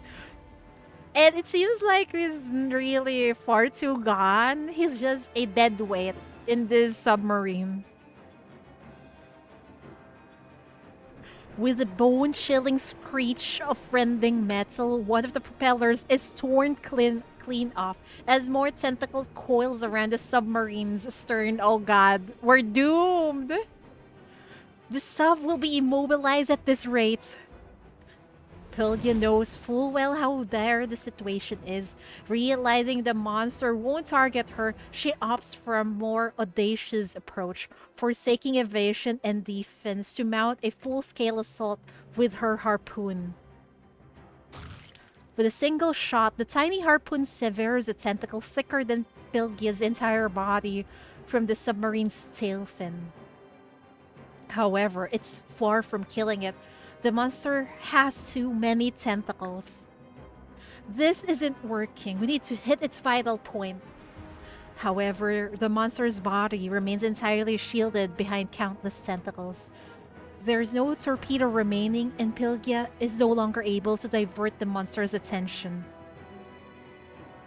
Let me be the bait. You find an opening to strike. Pylgia catches your intention in no time. You shut down the rear engines and activate the lateral propellers, rotating the helm to its limit. The submarine executes a full 180-degree turn in the water, compelling the entangled tentacles to coil along with it. Unable to retain their grip, the tentacles briefly lose their grasp on the vessel. The submarine's bow now faces directly at the monster's body. Ram the sub towards it. Are you sure that's a good idea? Okay, fine. The steel vessel charges forward at full throttle, ripping a path through the monster's fleshy tentacles. This is one sturdy submarine. Now! Surrounded by drifting planktons, Pylgia's figure transforms into a white meteor, plunging swiftly through the breach in the tentacles and directly towards the monster's exposed body. What a fucking cliffhanger! Oh, come on!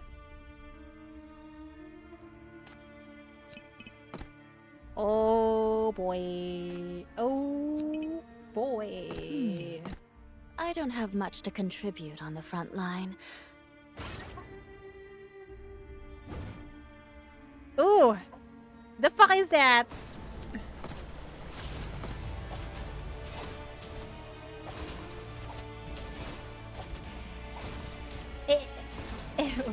Swarm hybrid. It looks scary as fuck. Ah! Look! There's a gap here! Oh no! Holy fuck. Burn to ashes! Born to... Oh, we cannot use that, bruh. This is the guidance of the flames.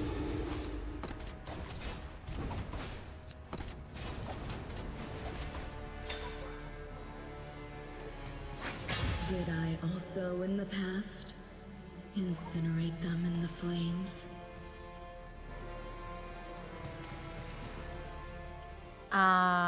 Full strength. Ultimate refreshes charging. Sounds very pog. We'll take it. Ooh. The breach created by the submarine's collision lasts mere seconds before the tentacles reconstitutes into a new barrier, engulfing Pylgia as she charges in alone. For what seems like an eternity, you hear nothing but silence through the radio, except for the sickening squelch of myriad putrid slimy tentacles coiling around the hatch. But this is not the end for the two of you. Not here, not now. The monster's piercing shrieks cuts through the water and steel, but this hellish sound now rings like sweet music, heralding victory. The entwined tentacles convulse and withdraw, their barrier crumbling away. You finally behold the monster's true form, a fusion of fish, fins, and scales intertwined with the razor-sharp claws of crustaceans. Pervaded by bloodless, decaying flesh, this creature appears to be a grotesque patchwork of every terror the deep sea has to offer, bro. I don't want to imagine that. A colossal breach now gapes through the center of the monster's body. You can even see charred fragments of flesh drifting around its periphery. And through that hole, you find that familiar spare figure. Pylgia! The tiny harpoon thrusts deep into the monster's head. Then, as the tip expands, she rips off an entire section of shell and tissue. Despite the monster being gravely injured, the figure exhibits no sign of slowing, darting around it at a dizzying speed akin to a razor-shaped blade, leaving a tempest of shredded flesh in her wake. The monster is unable to match her speed in the slightest, its tentacles thrashing frenziedly, yet unable to land even a single hit. Deliver the final blow. You start the engine, your target crystal clear this time. The monster's head. The submarine is just a few dozens meters from the monster, which is close enough for you. Once again, the steel vessel transforms into a weapon, hurtling directly at the cornered mass of flesh. The weighty hull drives into the monster's body as the high-speed propellers rent through the tender innards. Seconds later, the submarine drills out the other side of the monster, just as you expected. Its massive body shatters and slowly sinks back to where it came from. The dark abyss. Is this truly the end? We did it! In a distance, Pylgia swiftly swims towards the submarine. The insidious monster has at last been silenced. This triumph is one shared between the two of you. No more monsters. Let me guide you back. The path back is now unobstructed, and together you will return to the expedition with both your injured companions and the crucial data collectors. Oh no! What are you up to? Behind you, a hollow laugh emanates from your companion. He was controlled by something from the abyss. But with the monster vanquished, a glimmer of hope catches you that he may revert to his former self. I hope so. Ragnar, you're awake. We can't go back now. The monster has been killed. Killed. The monster. Oh God. Isn't it? Still right there. What? Ragnar directs your attention to the porthole. Following his gesture, you only see Pylgia swimming towards you. Oh, no, you don't. She is not a monster. That's not the monster. It's Pylgia. You offer the radio to him. Let him speak to Pylgia directly. However, he only spares a glance at it before pivoting back to you with an unsettling grin. Only now do you realize that the radio is entirely muted, with nothing but silence emanating from the speaker. It must have been damaged during the collision. Pylgia was just talking to me.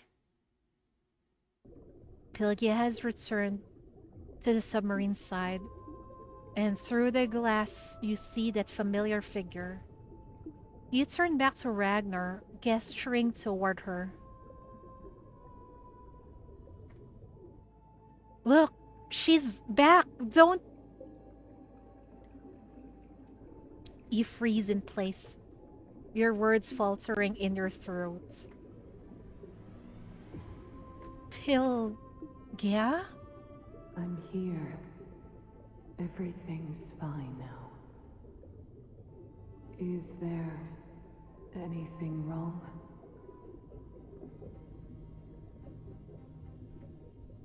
Oh. She doesn't even need oxygen anymore. A calm voice responds to you.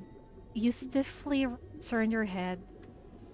As she's always done, Pylgia remains hovering there, gazing at you in silence. Beneath her tattered diving suit, her bared skin is eerily pale, almost translucent, as if enveloped in an otherworldly white glow. The suit clearly no longer shields her from the crushing pressure and frigid cold that would be fatal to any mortal. Yet, she remains there, her usual calm demeanor, making her seem impervious. There's no mistake. This is Pylgia, the Pylgia you know so well, and also the white figure you first encountered when you first entered this dream. Too late. It's too late. I told you. The monster never died. They're everywhere. Everyone is a monster. No, she's still sane. What do you mean she's a monster? An excruciating pain seizes your chest, causing your legs to give way. Only by leaning against the porthole do you manage to remain upright. In this position, you finally see Pylgia's true form in its entirety.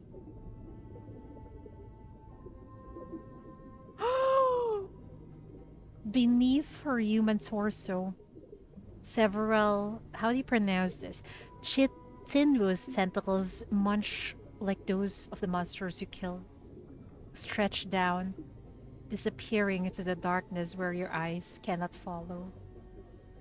In your despair, you raise your gaze only to see Pylgia's sorrowful eyes that hold unspoken words. A monster.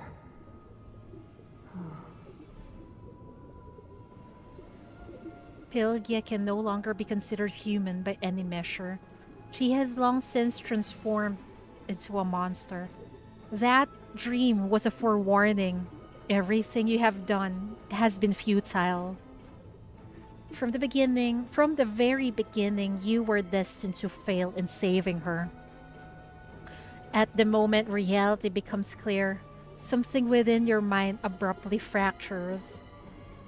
The pressure gauge's needle spins wildly. The world lurches in tandem. Infinite darkness floods into the battered, leaking submarine, devouring you in a heartbeat. That sorrowful figure reaches out to you at the last moment, yet you are already engulfed by overwhelming regret, sliding inevitably into the deepest, farthest dark. Your last shred of sanity formed into a new fragmented words. Abyss, fear, dive.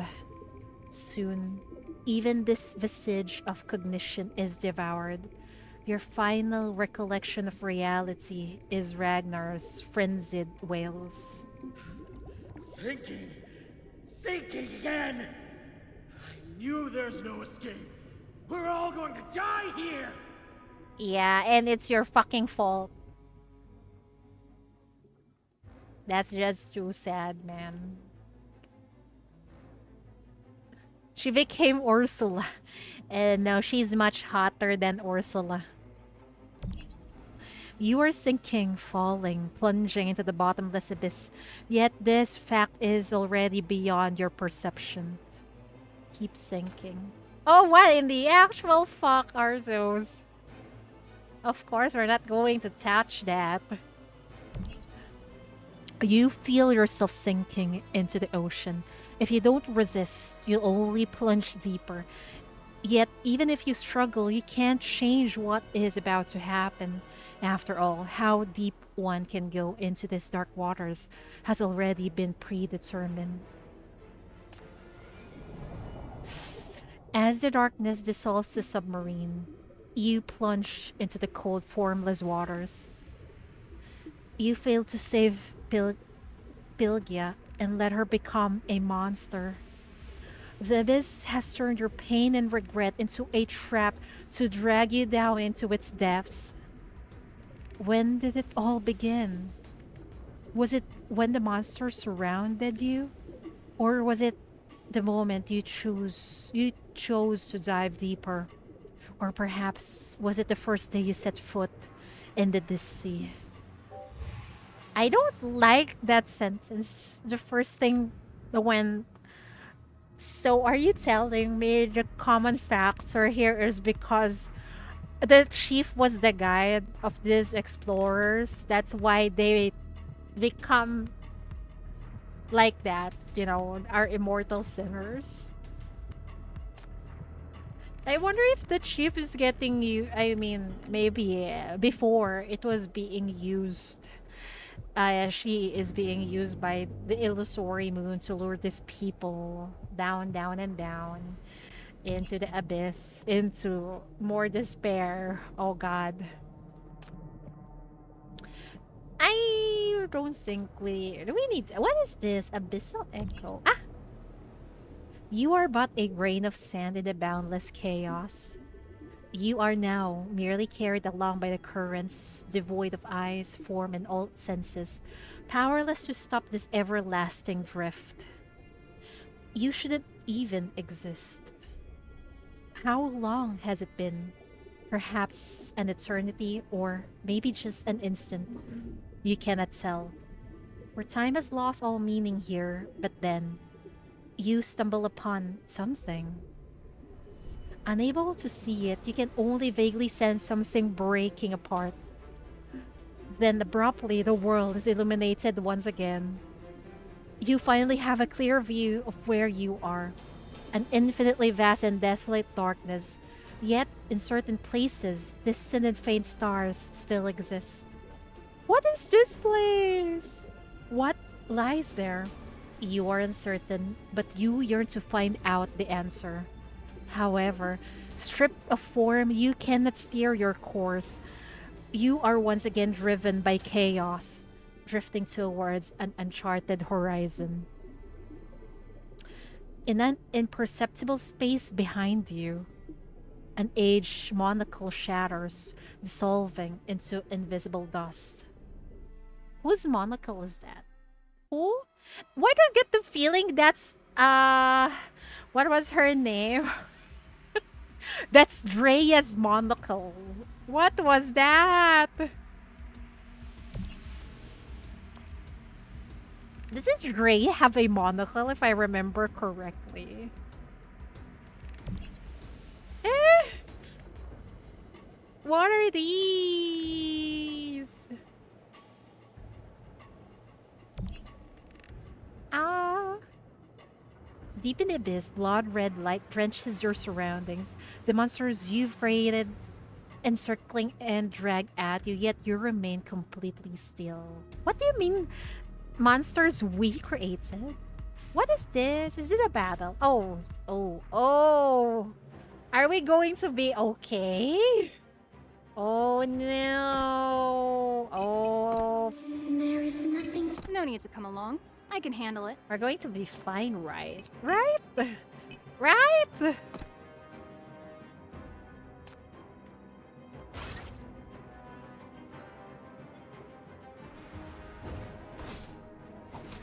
Ooh.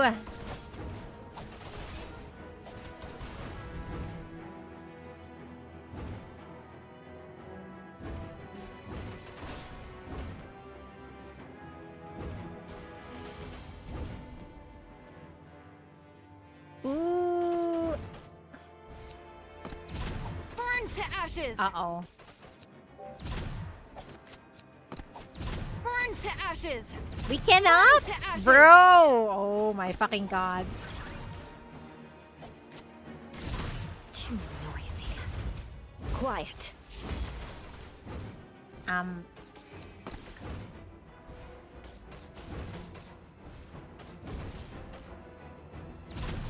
This is the guidance of the flames.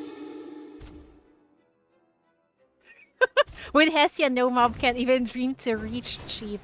I hope so. I'm just scared that we might accidentally. Burn to ashes! I don't know. It's fine. It's fine. It's fine. Calm down, Chidori.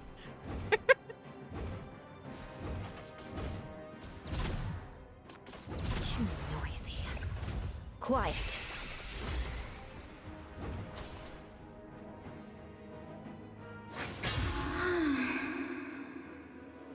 It wasn't that scary after all. DM something. Hmm?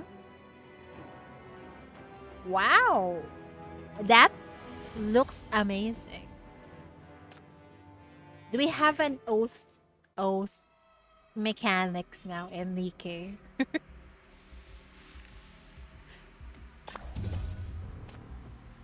Oh, what is this now? Is this Mantis? Let's see if it is Mantis. Oh, it is! Oh my! Are we being guided by our immortal sinners? You remain devoid of control, drifting wherever chaos takes you. At some point, a girl's silhouette emerges within your sight. With a pair of transparent wings and a tangible form, she seems strong enough to soar against the tides of chaos. She flies about anxiously, seemingly in search of something. Eventually, her gaze settles upon you. She alights beside you and folds her wings, letting them dissipate into particles of shimmering light. Light enters you once more. Gradually, you begin to sense your own existence. Hands, feet, you regain a physical form, no longer a mere grain of sand drifting along the currents. Oh my! But at what cost? They're sacrificing themselves for the chief. I don't like this. The skinless, I know, right? Why did they skip Mantis? The poor girl. You turn around at the very moment when your senses return to you. But the girl is nowhere to be found. Oh. All that remains is a tiny green insect emitting incomprehensible rustling sounds as it longingly circles around you before vanishing once again into the darkness. Oh boy. That is just so freaking sad. I'm guessing this is vanilla. No way Pylgia will get before her. What if? Yes. That is such a joke if that really happens. With your body reclaimed, you are finally free from the pool of chaos, able to move on your own. But you have no memories, no ability to think. You don't know where you're meant to go, only wandering aimlessly. Oh. Until you come to a halt before a statue. Soon, you realize it's not a statue, but a woman standing still. Having sensed your presence, the woman slowly opens her eyes, seeming to understand your predicament through a single glance. Without warning, her solid form begins to crumble, flesh dissolving into dust to reveal a skeleton of forged steel beneath. As the dust disperses, all that's left at the core of the steel structure is one withered heart. Oh man! When you pick up this last remnant of her being, the heart transforms into light once again and flows into your body. Long buried memories surge forth. You now remember who you are, recalling everything that has brought you here. As you recover these memories that should never have been lost, you turn back, only to find the steel bones have corroded away. Nothing remains. Oh my god, they are helping too much. They do. They're helping she find herself again, but at the cost of their own beings. Oh god. Where's Hestia? We're going deeper for Hestia. Oh my god. We'll go here first. We drop by here. Oh. You still cannot leave. The darkness is absolute, the void endless. You can't even be certain an exit exists at all. But then, in the distance, you spot a flame, a feeble one that could flicker out at any moment. Yet it fills you with a familiar warmth. It takes you a long time, and at last, you reach the flame. A girl stands there, cradling its torch in her arms, smiling at you. Firelight begins to radiate from her body as she extends her hand towards you. Oh, I can't believe we cannot save them, man. Holy fuck, should we get Drea? Or Rahu? Max HP recovery per second? That seems very pog because we don't have a healer. We will see. Allied units gain 15% attack speed. 15% life loss. Ayun na. Defense boost. I think we'll go with Rahu. But what is this?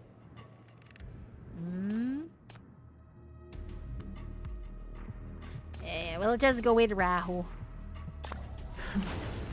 As an anti-melee combatant, I will regard this series of actions targeting me as a simple work transfer. Supply chest. Ooh, what is this? Crit rate reach 100%. Attack boost. Chiefs restore one chief energy every 15 seconds. This seems very pog. But this seems very pog also. We'll go with this. Alright, let's sync once more.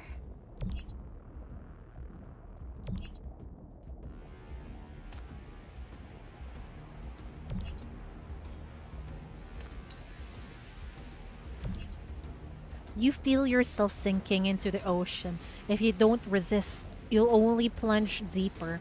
Yet even if you struggle, you can't change what is about to happen. After all, how deep one can go into these dark waters has already been predetermined. Keep sinking. Oh boy.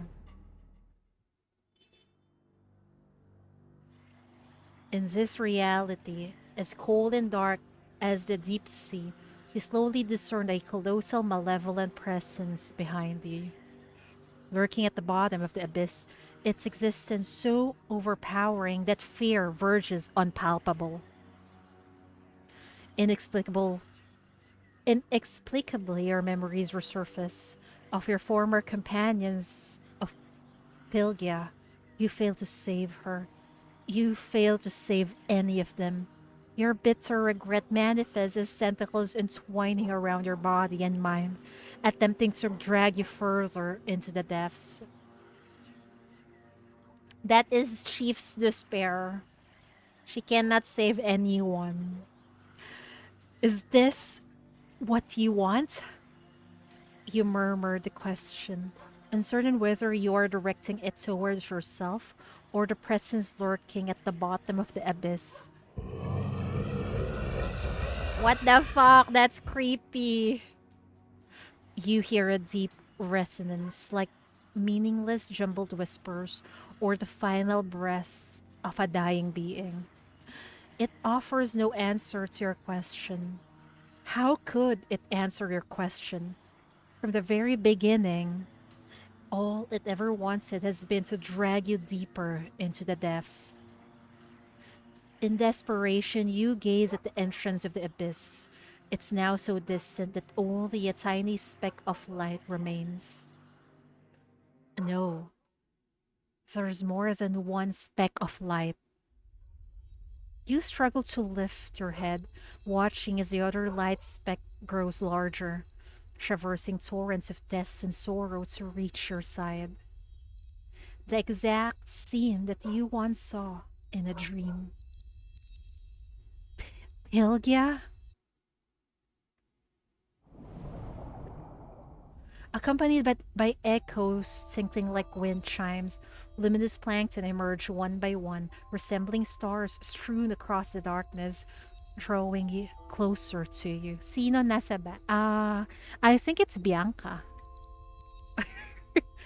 You're talking about Path to Nowhere, right?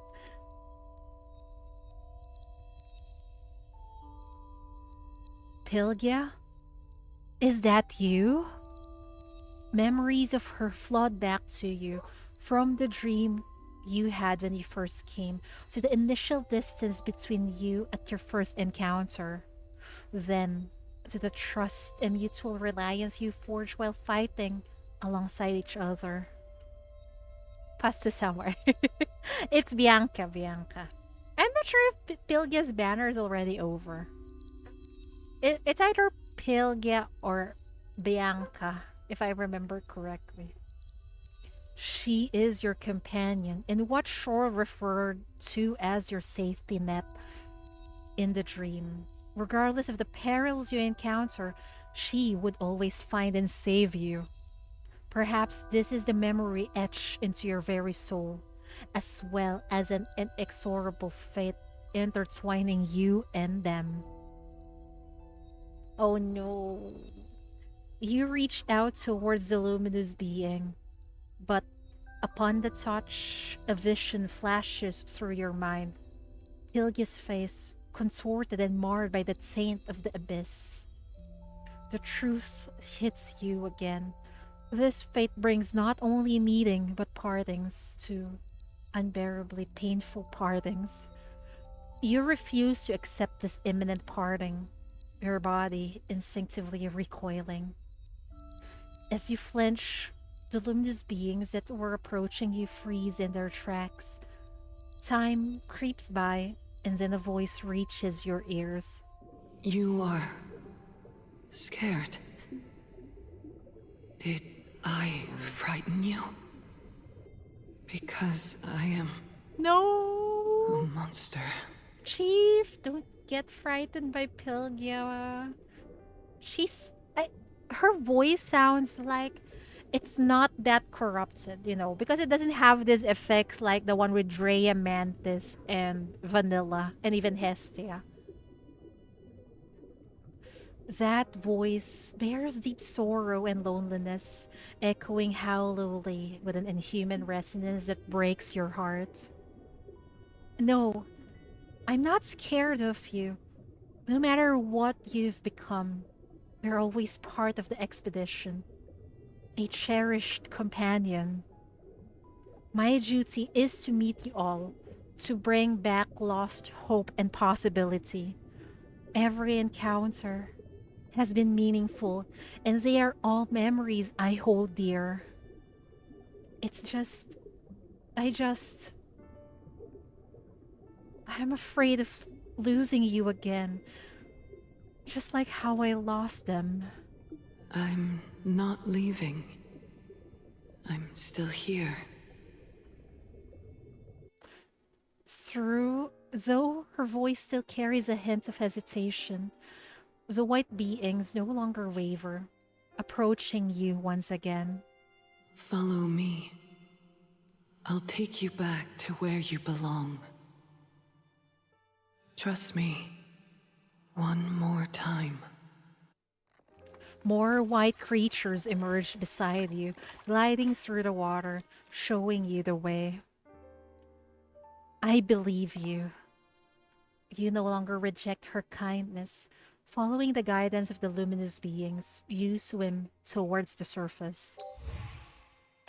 Are we back? Or not? Where is the surface though? Is it going to the right or over here? Oh dear. I think it's here. Yeah, maybe. Maybe, yeah, we'll try. You come before some heavily damaged ruins. The ground is littered with rusty bullet marks, yet at the center of the ruins is a blossoming blue flower. Search for traces, organize resources. You sort them all out one by one, trying to find something useful. Ooh, very pog!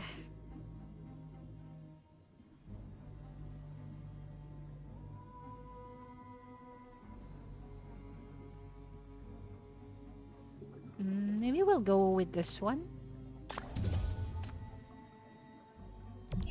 Oh, this is not the way, but should we go back? Oh boy.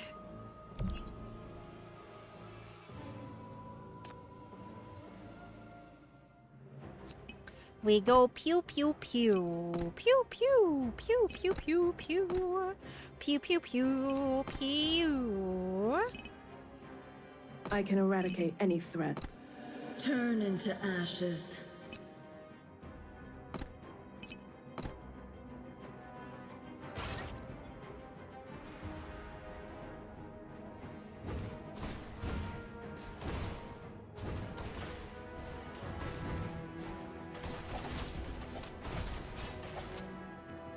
Hold on real quick, folks, okay? I'll go check if the lights are on in some places of my house. I'll be right back.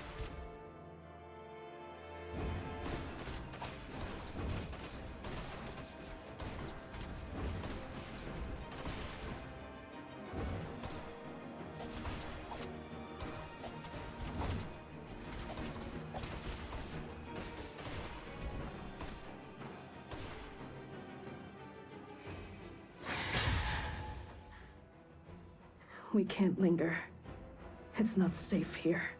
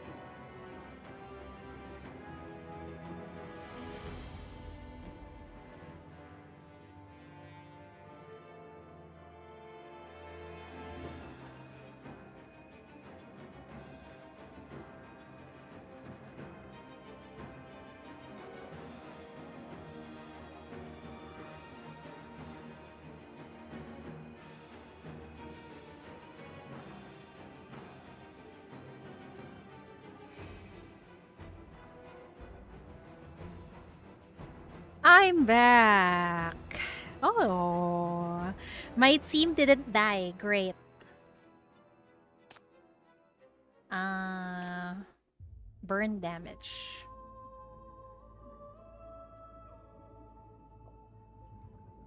Yeah, welcome back. My team survived.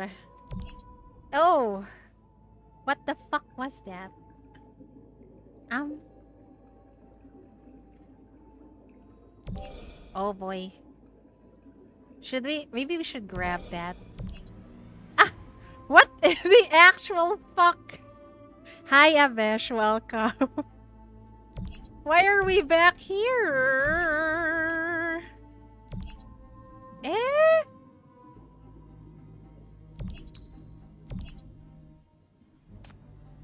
Ooh, we got more. Each time a burn mark vanishes, all allied units gain 1.5 magic damage.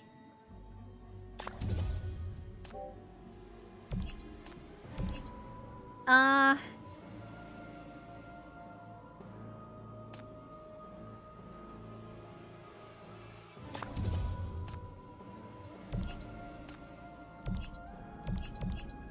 Um...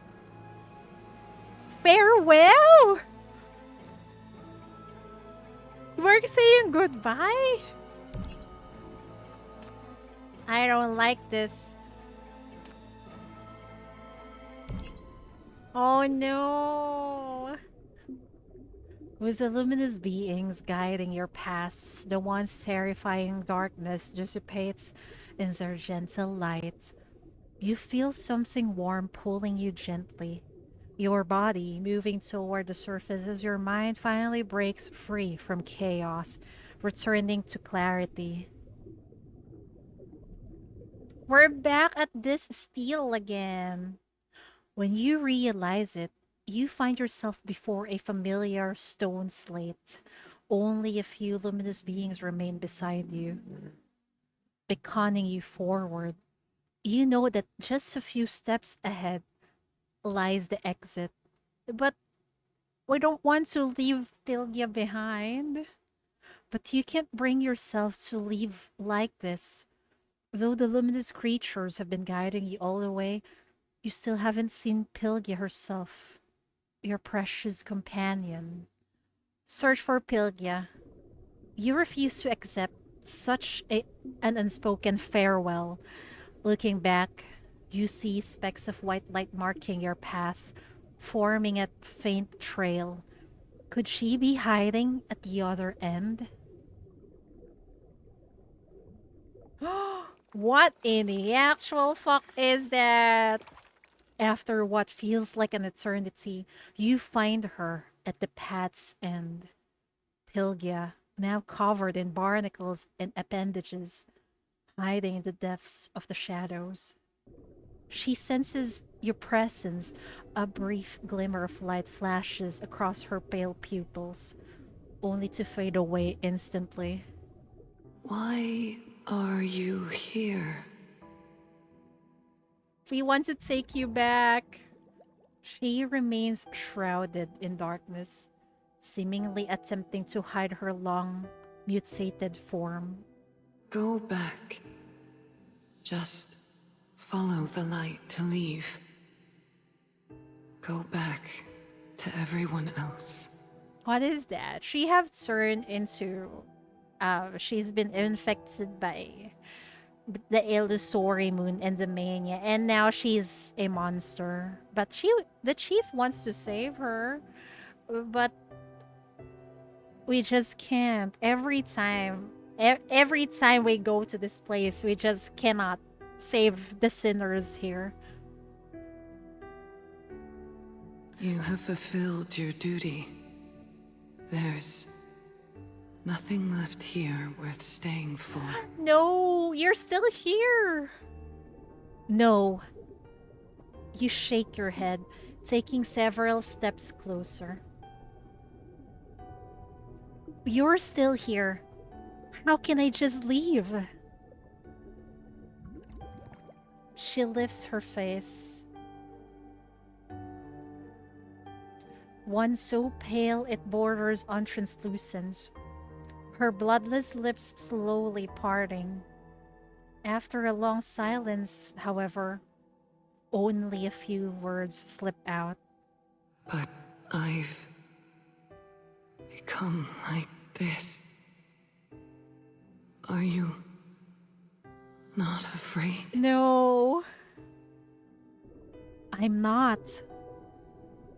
But I'm worried. You said you were still with me, that you hadn't left, but you never showed up again, not even when I reached the end of the path. If I leave now, will I never see you again? Sorry, I'm just being childish, I guess. You all have your own paths, and your fates are already sealed. I just can't accept it. Even though 100 years have passed, you all have to face this cruel end again, and I can't do anything.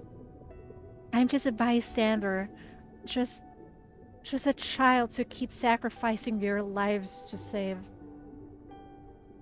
Pylgia remains still and listens to you in silence, not much different from her human days. This is how she used to listen to the voice from the abyss. You mean everyone in the expedition died? Sadly, yeah. She doesn't know, huh? You feel reluctant to answer, but your expression gives everything away. For humans, death is the farewell that's hardest of all. I understand. You're suffering because you can't save us, right? Yes. But we were people from a century ago. We were never meant to live in your time. Not even You guys in the expedition? To be honest, I've never fully grasped many of the thoughts humans have. Civilization, duty, dignity. Choosing these won't change the laws of life. All life equally becomes part of the cycle. Birth, predation, reproduction, sickness, death, and at last, becoming nourishment for other life. No, not like that. You are all heroes. This shouldn't be the end for you. At least not here. Dying in agony like this, being devoured, burned, and now even you've been taken by this cursed abyss. Then, what do you think our end should be like? The world outside is no different.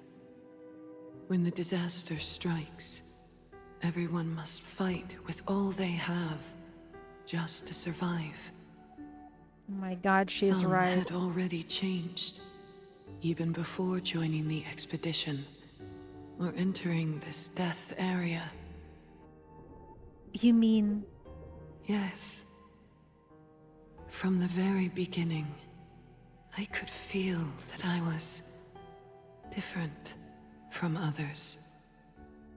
I could understand the language of sea creatures and survive in storms and whirlpools. I know the sea even more than the fish. Is it because she was chosen by the illusory moon, perhaps? But I found it more and more difficult to understand my own kind. I didn't know who I was, or how to live with them. When I became like this, the world looked different to me again. You see, it's not all bad. At least now, I can have a proper conversation with you. Damn. At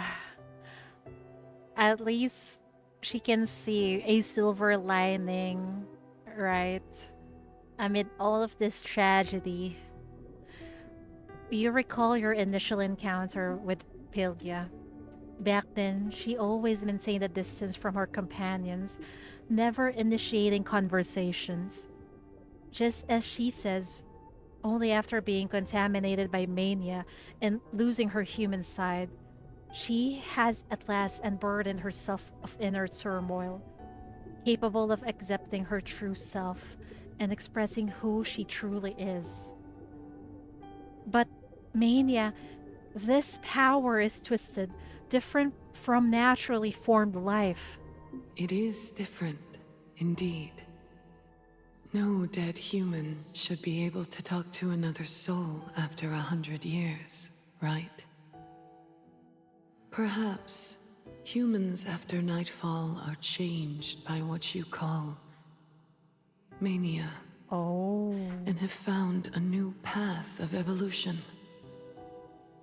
They may have broken free from natural forces and entered a broader, unknown cycle of life. That is possible.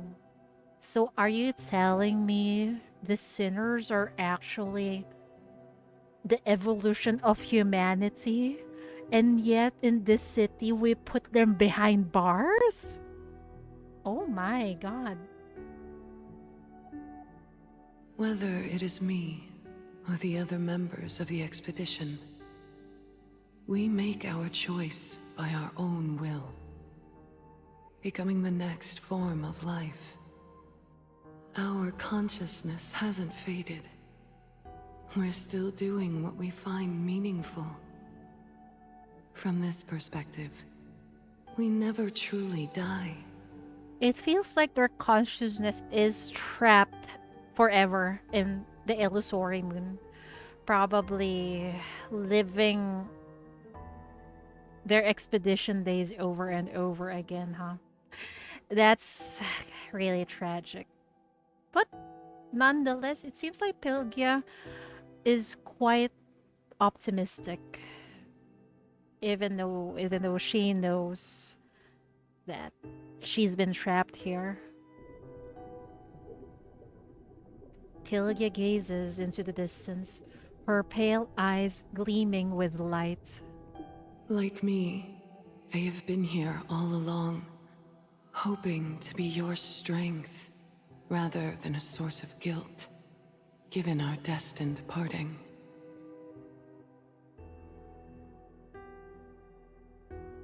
That, I believe, must be the meaning behind our reunion.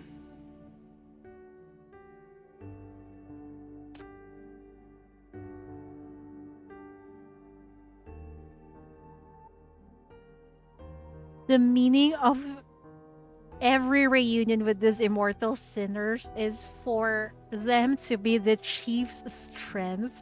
Why though? Why did they probably met her before? Because to them she looks like a child. Can Aisno please clear up the chief's background story? I beg. Sinners are non-natural from human evolution. That's probably why the scientists from Paradisos aren't okay with it. Sinners are I think they are human evolution because it's probably because of the mania that they got their powers. Although it isn't natural, yeah. And like some people, they will it's guaranteed they'll be afraid of something they don't know about, right? And especially of beings much more powerful than them. Beings that they cannot control. Paradisos is about control, it feels like, right? They tried to control Shalom and Rahu, their emotions. And it's quite opposite of, the sinners. They gain their power through their emotions, I think.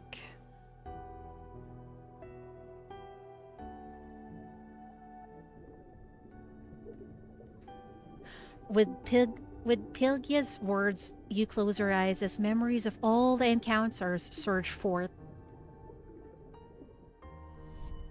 Oh God. Oh no. But at least they were happy to see the chief again. Emotional damage. While sifting through these fleeting encounters for their faces, you finally understand that the memories need not be painful. What fills them are mostly moments that have captured their gentlest, most beautiful sides, not death nor parting. That's beautiful, man. Yeah, yeah, you're right. Although we remember I remember I cried so much during Hestia's Eternal Nightmare. Because it felt like the theme of that is really about parting. And now Pylgia is telling us it's not about that parting. Those experiences and the gentlest and most beautiful sides of these immortal sinners are what matters the most. Oh God. Perhaps they never truly left, lingering deep within your soul all along. At that moment, you feel an immense weight lifting from your heart. At last, you are freed from the anguish of the recurring deaths. Ah, that must be the chief's conscience weighing down on her. Yeah, chief, as long as you remember them, you are not alone. Was that sinner can handle mania more stronger than normal humans? Yes. When mania level reach 100 for a human, they either become a monster or a sinner. Yes. And usually we can call them somehow the chosen ones to become a sinner, or probably people who have more not really emotional control, but they have some form of drive. That's why they can become sinners, I think. Wait, let's read this again. This is a very beautiful line, man. Perhaps they never truly left, lingering deep within your soul all along. At that moment, you feel an immense weight lifting from your heart. At last, you are freed from the anguish of the recurring deaths. Thank you. Pylgia smiles gently. No need for thanks. We're companions. I wish we could hug her. Your heart has returned to peace. Looking up, you see a blue light flickering in the distance, probably shore reminding you to go back. That's why they are immortal sinners, because they never truly left. You're right. They have always been with the chief. The chief may have forgotten because the chief cannot remember her past, but nonetheless, they stayed with her. That consists of your mission, the abyss within the sea, the presence at its depths, the intelligence on spirit and substance, and hypothesis on human transformation, and above all, the story of the expedition. You must bring them all back to reality. Let's take the submarine back. It carries the findings everyone fought so hard for. Without you needing to say a word, Pylgia already catches your mind.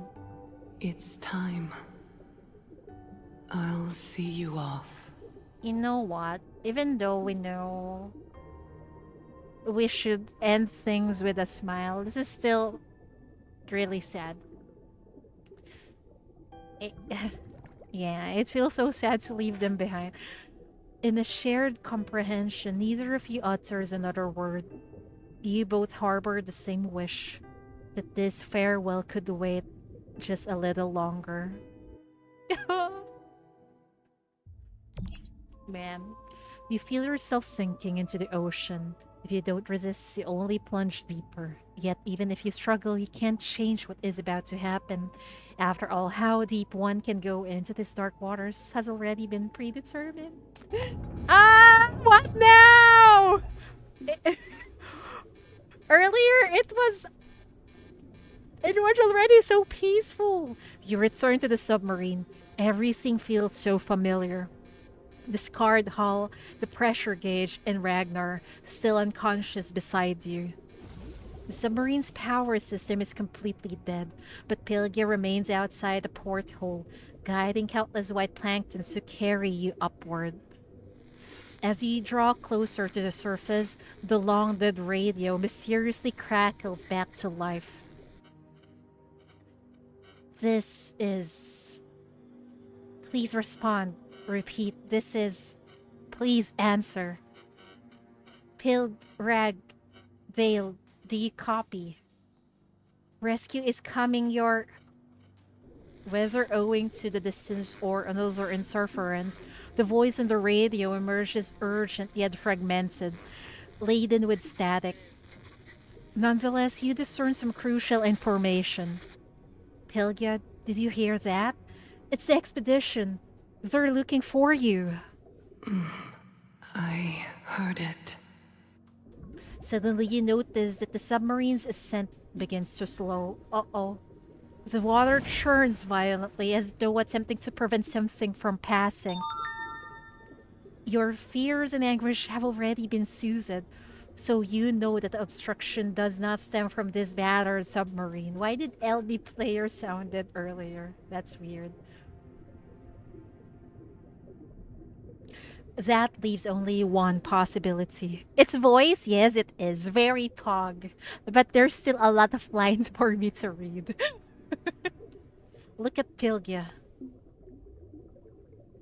Unknown to you, Pylgia has been undergoing a disturbing transmutation. Oh no! Barnacles cover her entire body in a dense mass, and new appendages visibly thrust out from beneath her skin, stretching into the deeper darkness. Pylgia, your body! Before he can finish speaking, a sharp noise pierces the air. You turn around and find the submarine has passed by a pre-installed alarm. Monster detected. Alert. Triggered. Your position. Watch out. The once encouraging radio transmission now sounds painfully jarring. The monster they speak of is none but Pylgia herself, mutated beyond recognition. No, why did you have to end it like this? Bro. That's not a monster, it's Pylgia! You shout into the radio, but it proves all futile. Your signal can't possibly reach the people on the surface. Watch out for mines. We're coming. Save. Hang there. Anxiously, you rush to the porthole only to find Pylgia's condition has grown even worse. Oh no! Why? More appendages tear through her skin, revealing not blood but pale, rotting flesh beneath. Countless appendages ride frantically toward the abyss, yet the roots remain anchored in Pyglia's body. With each inch of ascent, the appendages create more resistance. They are now stretched taut like steel cables, threatening to tear Pylgia's body apart. Looks like this is as far as I can take you. You know this scene all too well. The abyss has found Pylgia's fears and bound her here, just as it once did to you. Comfort Pylgia. Don't be afraid. They just don't know it's you. I'll explain to them right now. You try again and again to reach your companion's frequency on the surface, but the radio emits nothing but static. I can't go back anymore. The expedition will accept you. They will. I know. I trust them. But that would be painful and take too much unnecessary effort.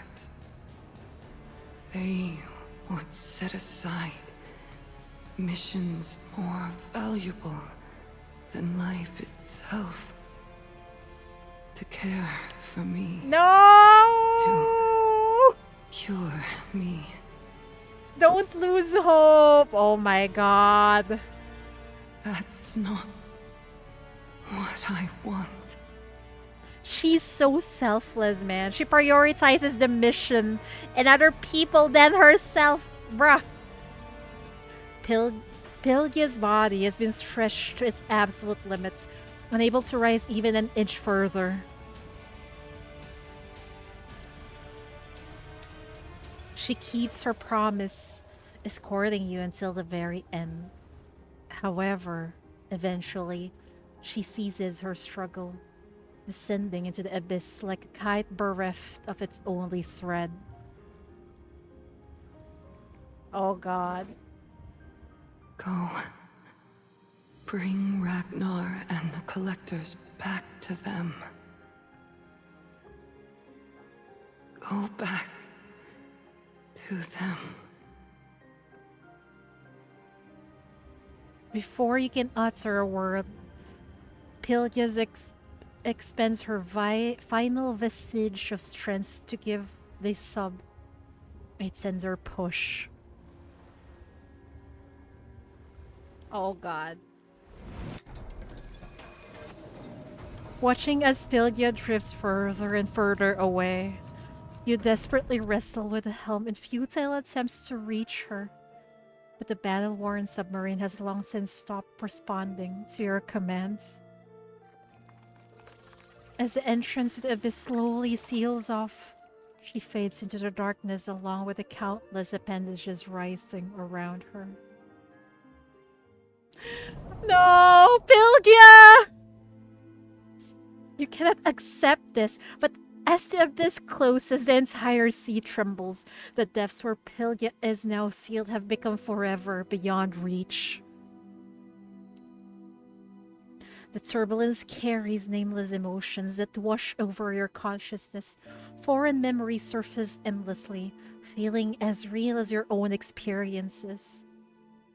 Not again, I know, right? Not again. Always end like this.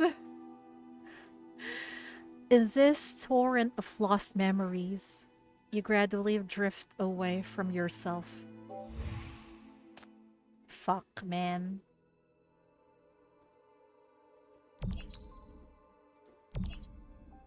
Uh...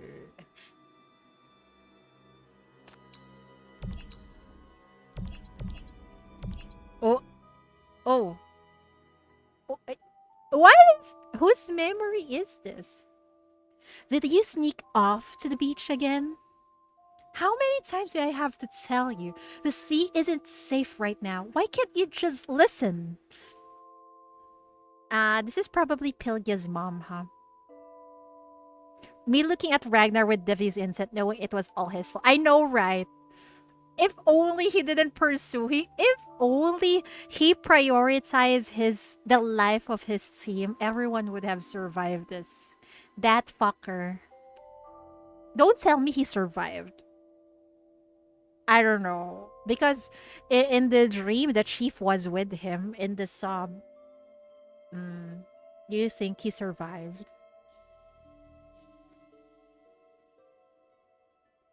What's so good about the water anyway? Why don't you go make friends with children your age instead? Don't make things harder for me. Your mom's right. I know you're always finding excuses to go to the beach, but, well, at least try not to make people think you're a freak. How? Oh my god. This is another... Look at that. This is another case of terrible parents or parenting in Path to Nowhere. You should encourage children on what they want to do with their life. Not act like, you don't support them at all. Ooh, what is this?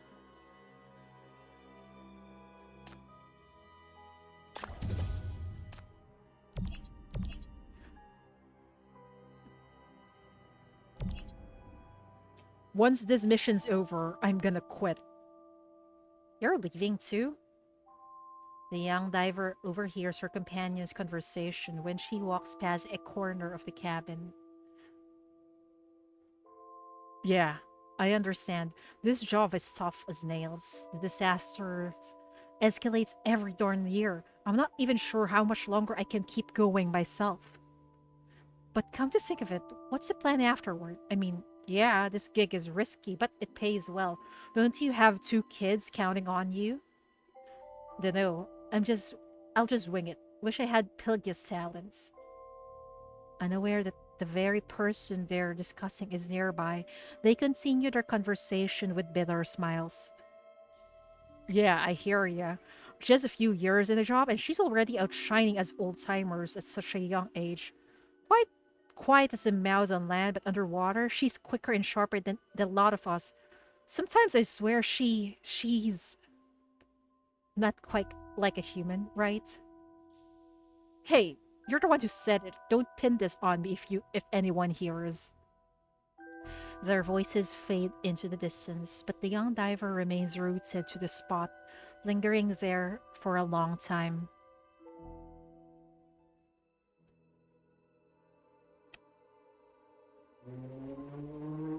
Man,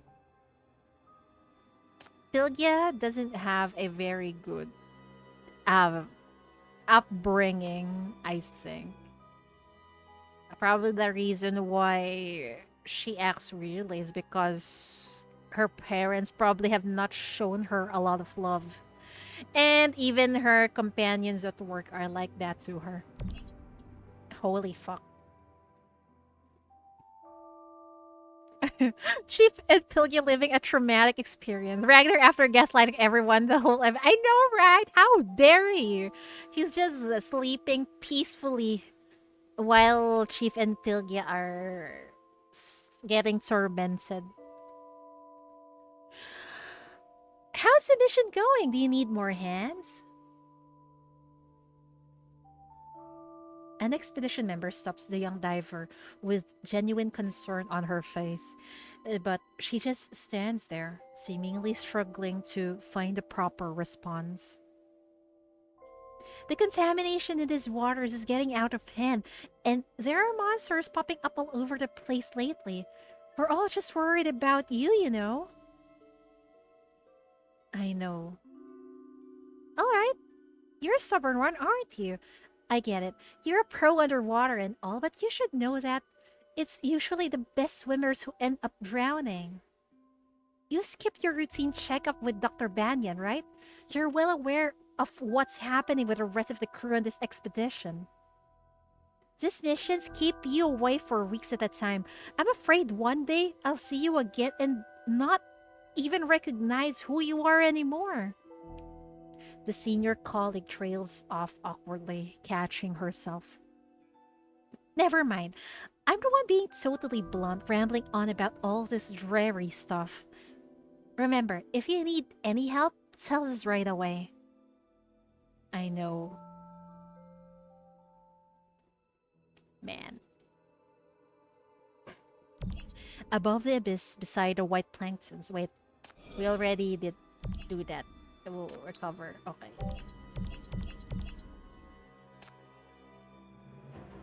Ooh, what is this?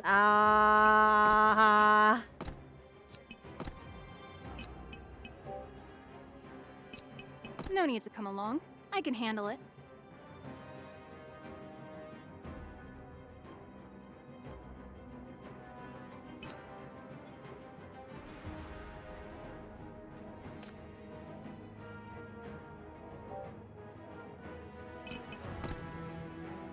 What is this again?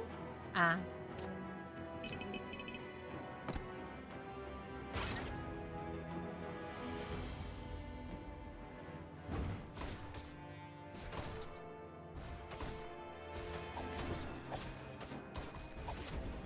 Ooh, they're chunky.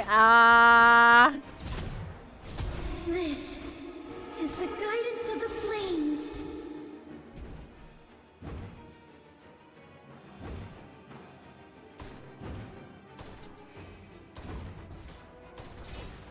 What in the actual fuck? Go, Hestia!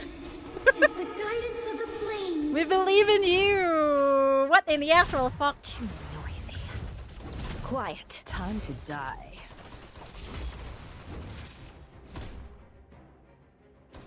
Ooh, why doesn't it die? Oh my fucking god. This is the guidance of the flames. We need to deal with this. Quiet. It's almost dead, right?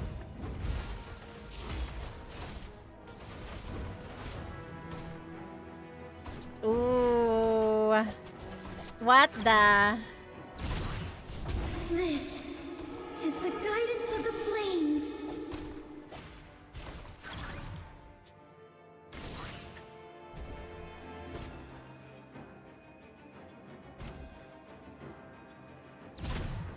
This. Too noisy. Quiet. Good job. Let's go back and celebrate.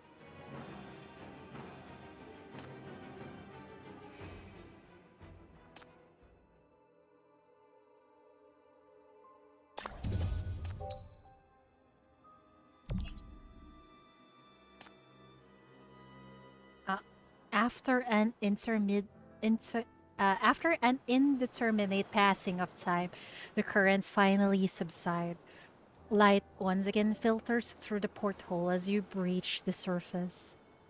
With laden limbs, you struggle to pry open the hatch and climb atop the submarine.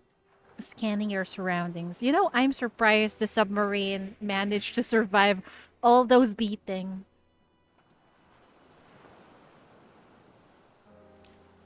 There is no trace of the expected rescue. No expedition team. Just the illusory moon shrouded in misty shadows, and that small boat drifting silently below. Everything remains exactly as it was when you first arrived. Only Pylgia will never again emerge from beneath the water in her black diving suit. Your connection to her is now too distant to sense. You stare numbly into the water below. The abyss has sealed itself shut, and you have returned to the true this sea. The illusory moonside must be nearing its end. Perhaps this was how she fell to the abyss in the original history, where she left behind this battle scarred submarine, along with the companions and collectors she gave her life to protect. The story has simply come full circle. We have gathered crucial intelligence, witnessed the depths of the sea, and verified the feasibility of Project Nightmare. The mission is completed beyond expectation, and you will soon make your safe return. Feasibility of Project Nightmare. Do we know is what does this project do? Despite Pylgia falling into the abyss and being taken by that thing again, wasn't this all anticipated in the calculated results? Yeah, you've made it, and you've done everything you could. Stop punishing yourself for it. Who is this? Who the fuck? Don't tell me that's the chief's sister. Who is this? You knew from the start you couldn't bring her back. Even Pylgia herself said it wasn't your fault. There's no need to be so sulky. Who the fuck are you? A strange voice comes from behind. You refuse to turn around, eyes locked on the water below. Your face is reflected on the water surface. Then whose fault is it? No one's. The life or death of those who existed 100 years ago was never yours to decide. I wonder if we didn't hear of this at the very beginning. What do you mean? This unusual voice that's talking to the chief right now? She ventured into the sea, faced the unknown, and sought a new path for life amid the mania. Doing so, she chose her own destiny, and your role is simply an observer through it all. I swear that one day we'll bring them all back. Yeah, one day. We swear. I hope. Wait, could we replay that again? She ventured into the sea, faced the unknown, and sought a new path for life amid the mania. Doing so, she chose her own destiny, and your role is simply an observer through it all. All you need to do is watch and then leave, carrying the buried truth into the future and singing the praises of her name and greatness. This is where your true mission lies, preserving her legacy. Who? All you need to do is watch and then leave, carrying the buried truth into the future and singing the praises of her name and greatness. Who? Is it talking about Pylgia? Is that really how it is? Yes. No, I'm going back to save her. That thing has been coveting Pylgia. It killed her companions and trapped her at the bottom of the sea.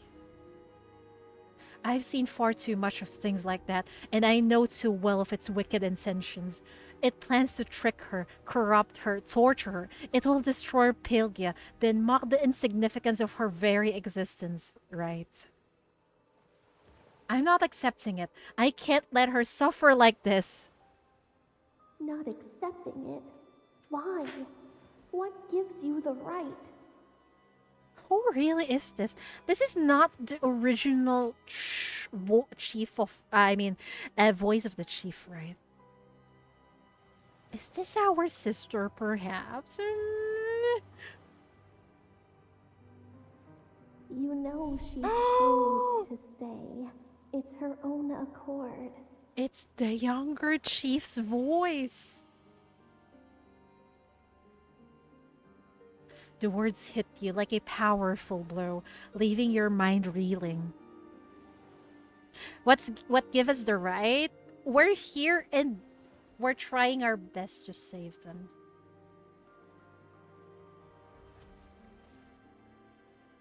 No need to come looking for me. I'll go back once my work's done here. I'll go check outside. Don't need to fire. You are scared. Did I frighten you? Because I am a monster.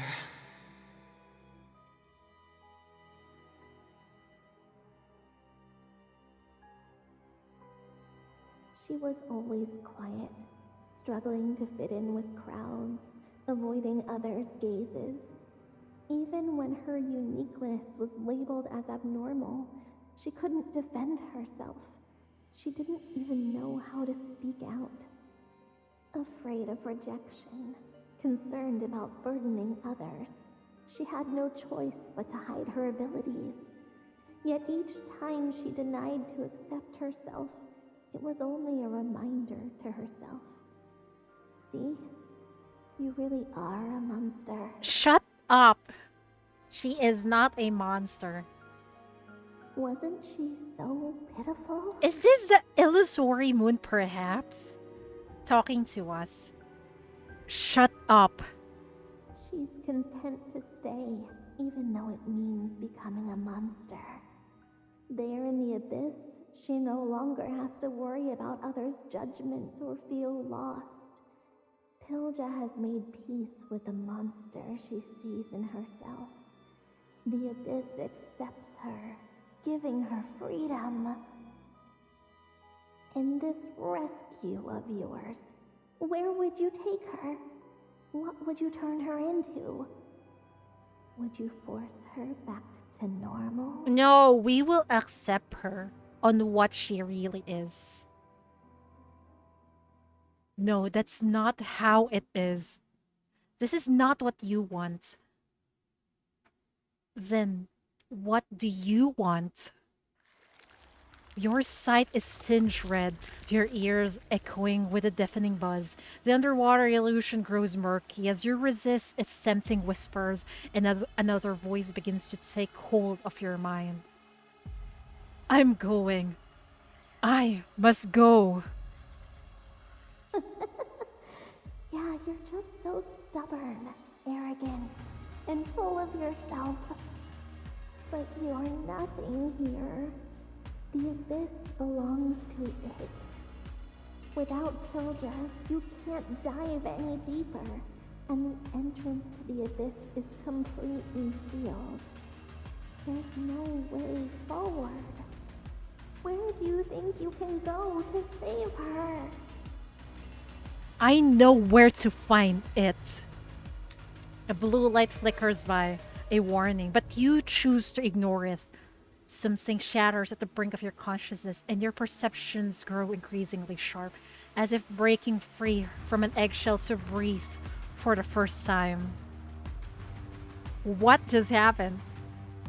You turn around to look at Ragnar. Though still unconscious, his body looks different, somehow under the red glow. The black viscous liquid seep from his body, flowing and coalescing into slick tentacles and drag his body towards the shadows. I know the way. You walk up, kneel before him, and raise your hand. With his neck in your grip, you exert all your strength trying to force your way into his body. The abyss links to mania, and mania is the mind itself that brings once possessed Ragnar by invading through a mental connection. The pathway to the abyss is right here. Take me to her. Ragnar's eyes snap open. Where white should be, there is only sticky blackness. Ragnar lets out a piercing shriek, his body thrashing wildly as tentacles whip out, splashing black fluid everywhere.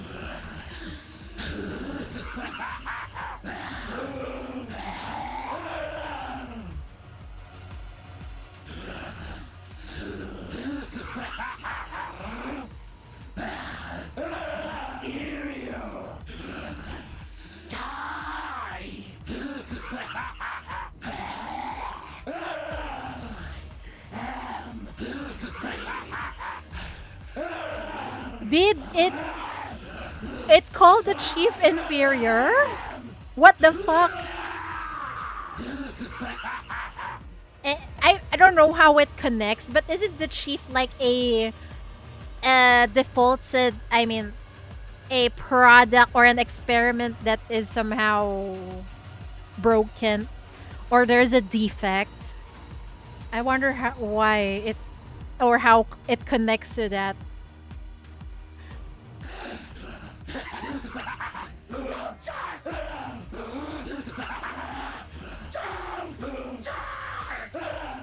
Don't touch what? Black tentacles pierce through you. Without your shackles, you are completely powerless against this type of monster. Pitiful. So pitiful that you don't even have any power.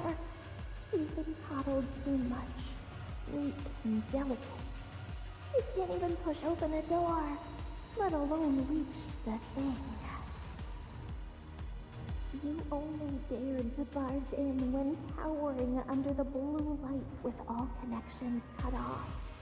You could never win. You have no power. I wonder if the chief can... what's this? Rip away the control of Shorel and the other side and use her shackles, perhaps. Then give me power! Above the sea, the illusory moon's rage and surges, casting blood-red circles upon the churning waters, like pupils also akin to shackles. Oh! Give me back my power! Give me back my shackles! The pointed ends of your shackles pierce through Ragnar's body, and a crimson rift emerges. He convulses violently as more tentacles surge from the rift, attempting to ensnare you to death. Yet beneath the blinding red glow, Shackle's sparse spikes have turned unprecedentedly resilient, pinning numerous tentacles to the ground, rendering them entirely immobilized. But the problem with using the shackles, it it corrupts the chief's mind with mania more and more and connects her to the illusory moon, right? So it's a double-edged sword. Parma also said we were inferior because we have Temu shackles compared to our Vixes, right? Yeah, I remember that one. Under your control, the shackles tear open the crimson rift, revealing the entrance to the abyss behind it. Without hesitation, you plunge in. Only blood-red moonlight remains behind, along with the dust dancing in its glow, as if the rift has never existed at all. Good. So this is your power, your true heart. Use it to find the one you cherish, and your enemy, the vengeful spirit of the abyss. Go forth to intimidate it, expel it, and force it back to where it belongs. Let it die in peace, and never touch what belongs to us. Whoa! Again. That sounds so possessive. Is this the OG chief? Oh my god. I'm very, very much interested on what the chief is really like back then. She sounds so possessive.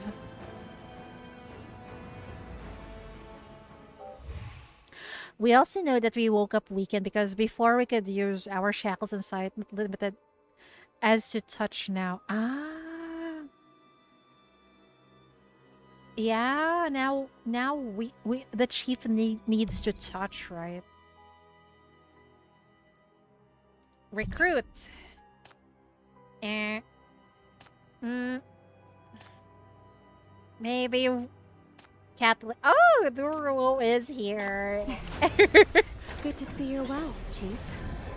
Is bumping into you here a matter of destiny? Coincidence? Or a manipulated incident? It's a manipulated incident. Welcome home. It's told in Shalom. Yeah, it is. But that I mean, that's like a wild chief in Shalom's interrogation. The one we saw. I wonder if she's really ruthless and cold. When way before. Yeah, Yao can use ultimate. Yes, very pog. In the freezing seawater, you use the shackle's power to steady yourself, descending alone into the depths in search of that familiar white figure. This time, you are no longer the captive of the abyss. You are an intruder. Your mere presence stirring terrifying echoes in the eerily silent abyss. Moans, whispers, howls, and growls. This noises resembles the prelude to death for the living, yet also akin to the eruption of long-decayed corpses. You are a rolling mass of thorns, ceaselessly shredding any who dare to attack. Oh my god, Chief is so cool! Your very arrival heralds destruction, marking a confrontation between two different powers that throws these waters into absolute chaos. Damn. Chief is so badass.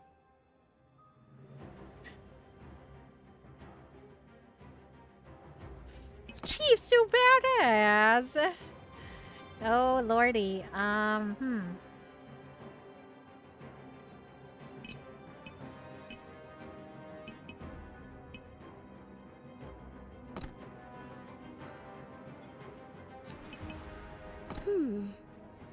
I must take this seriously now. There is nothing to fear.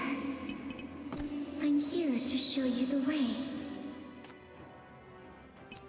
We go pew pew pew. Pew pew pew pew pew. I don't have much to contribute on the front line. I'll count on you guys. Execution time. Ooh.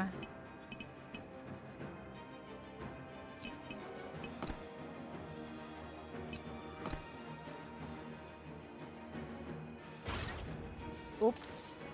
There's still one more.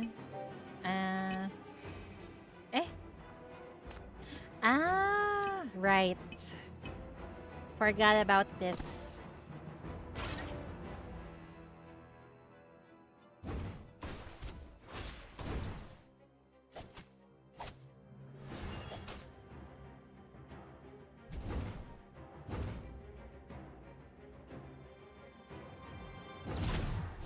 This is the guidance of the flames.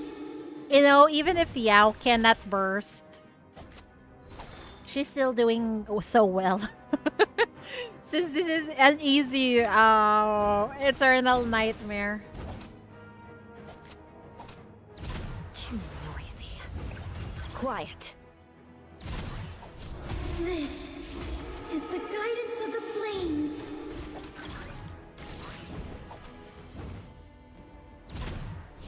This is the guidance of the flames. Flexing skin, of course. gosh, why would I not flex the skin? Come on. Too noisy. Quiet. Time to die.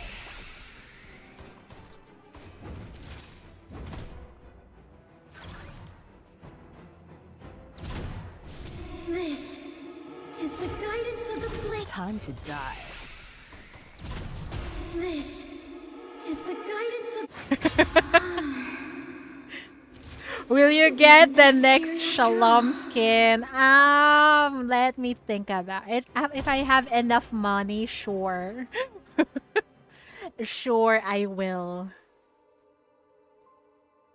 The monster keeps backing away, distancing themselves from you. Sure, I will. That is if I have the money. An arsonist stands before you. Put me behind bars, if you can.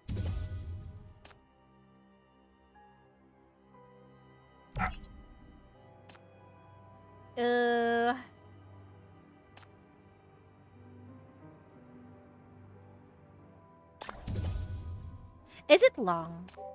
It doesn't feel long at all. Oh my god. So I've been streaming 3 hours. So roughly 3 hours, maybe 4. You just start or slack. You can slack because this is permanent.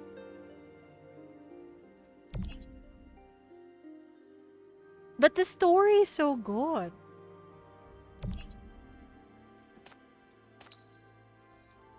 The story is...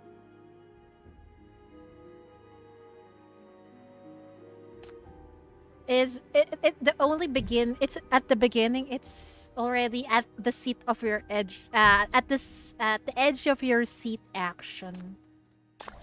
People say it is. I never got bored. I wonder if I can say the same with the current chapter in Honkai Star. We'll see though. Oh, hi, Mommy Moore. Should we?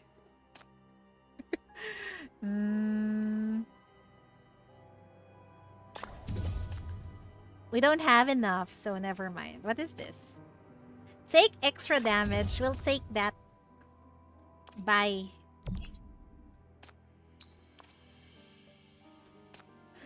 Still keeping up with my 3 games. The only 3 games is it 3 or 4 games I'm keeping up? Fast and Nowhere, Honkai Third, Nikkei, and Tears of Themis. That's it. Oh wait, not much Tears of Themis. Love and Deep Space. Let's not forget Love and Deep Space. I like that game a lot. Have you seen the new PV, Caramel, of Love and Deep Space? Tears of Themis. Not that much. PV, yeah. It's like there's an interrogation of the boys. And the interrogation of the... Oh my god. I didn't watch it fully. So it's like a collab of Fast and Nowhere. Maybe we should watch it later after Endless Nightmare. As you dive deeper, the being beneath the abyss finally takes notice of you. The mountain-like corpse trembles as lifeless nerves and spines manipulate rotten flesh, its malevolence taking form. In an instant, a dark colossus obstructs your entire view, impeding your passage. I blame you for my outlook. I'm sorry. I keep on liking those Love and Deep Space art. This is the response it offers to you. A tiny intruder. Breakthrough. Dazzling moonlight illuminates the darkness immemorial. Beside its gigantic body, the blue warning light you have been deliberately ignoring is shining resiliently. The spikes of your shackles surge forth in full force, crimson thorns cutting through the water as they thrust towards the Colossus. But the gap of power beneath you is still far too vast. Ugh. The moment you touch the Dark Colossus, it feels like being slammed against a reef by a dense viscous side. One single round of confrontation is enough to nearly shatter your consciousness. You can do it, Chief! In a daze, you hear voices that should not exist. Are you trying to S3 Bianca? No, I'm saving for Helena. You tried Senpu. I'm already guaranteed, so I am saving that guaranteed for Helena. Is it Helena? Jelena? Helena. I think it's Helena. Yeah.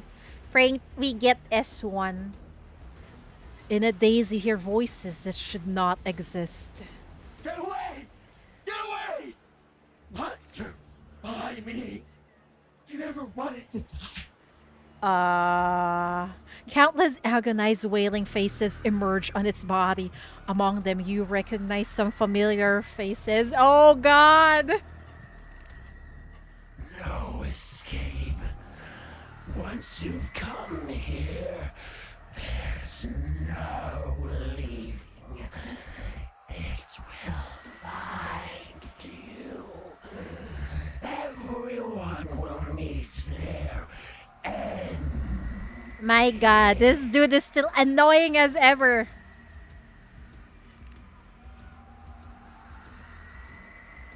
So that means Ragnar is dead. Because he's down here. A myriad of human despairs have been woven into this monster's form, as the being beneath the abyss employs their faces to spread its horrifying malevolence to the world and to you. You cannot tolerate this desecration of your companions. Your rage briefly rallies your consciousness as you pour every last ounce of strength into raising the spikes of your shackles once more.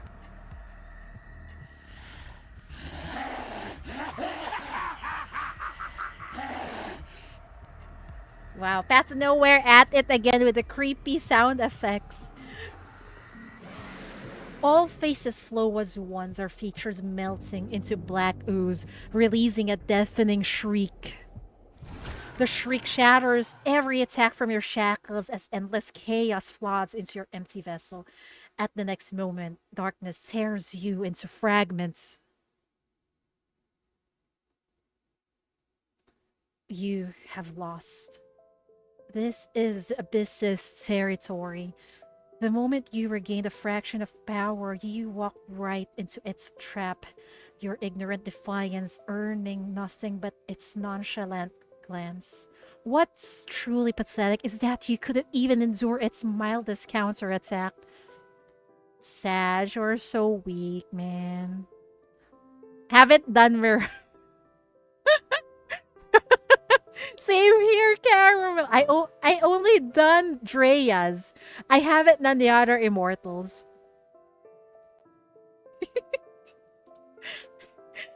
I wish I'm not busy, man.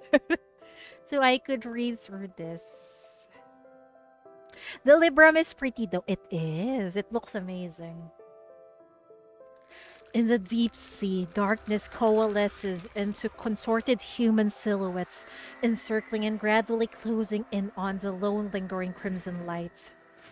The foremost figure, carrying the most chaotic malevolence, drags numerous appendages crafted from dense darkness beneath its warped shape.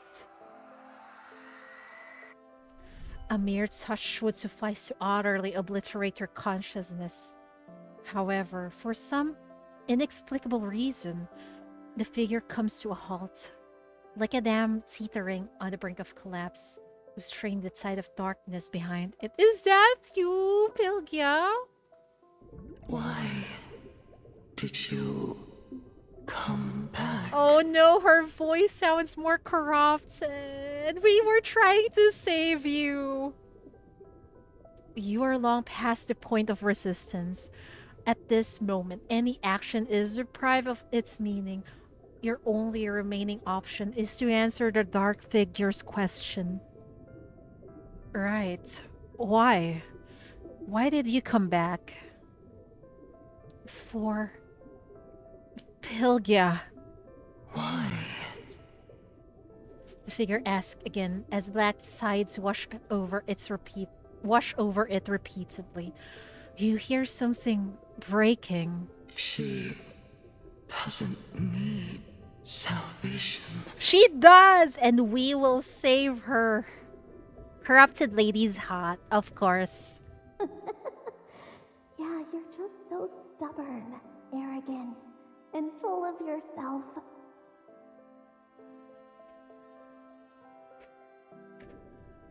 Indeed, salvation is too presumptuous a word, nothing but illusory shackles forged for self-satisfaction. Pylgia said she neither wanted pity nor wished to be burdened to her companions. So, what did you come for? Follow me. I'll take you back to where you belong. Trust me. One more time.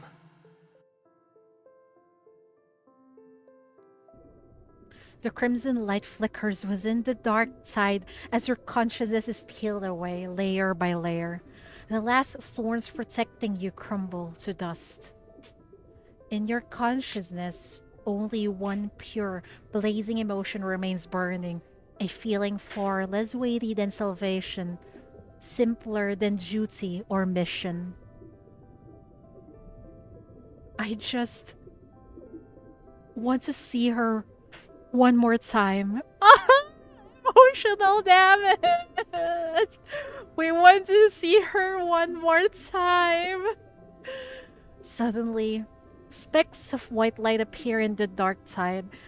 Their mere presence radiates warmth, constructing a solid dam that shields both you and the dark figure before you. I remember her face, her name, Pylgia. I want to see her. The white light specks spread through the darkness, gradually unveiling the dark figure before you.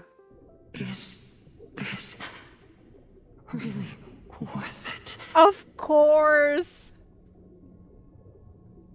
Oh! The thick darkness peels away from her body. The coral shatters, and she breaks free from the monster's shell. At last, that familiar face emerges before your eyes once more. In truth, she yearned to see you also, but she had lived as an outcast for too long, missing too many chances along the way. Oh, you should have just told us. She could have been honest with her own feelings until this moment. At last, she stops hesitating and running away. For the first time in her life, she is resolute in her choice. The chief is so pretty in here, huh? She reaches out her hand amid the dazzling white light, and your silhouettes entwine. I like that. Their silhouettes entwine. Together, you look up, gazing past the terrifying being of the abyss towards the distant surface of the water. This is her answer. Oh, go into battle. What a fucking cliffhanger again. Damn it. I must take this seriously now. Damn it.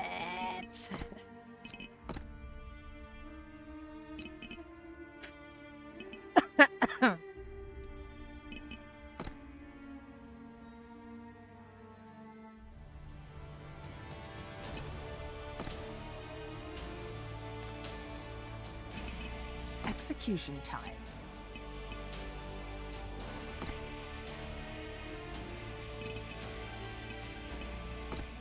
Turn into ashes. Turn into ashes. No need to come along. I can handle it.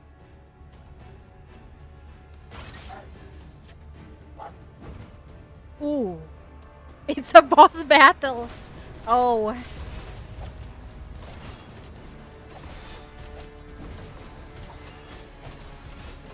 Does it? I did not check if it has a core. This is the guidance of the flames. You know what? We can just... Solar fire! Burn to ashes! Oof. Solar fire! Take me. The smoke has risen. Now, play. Solar fire!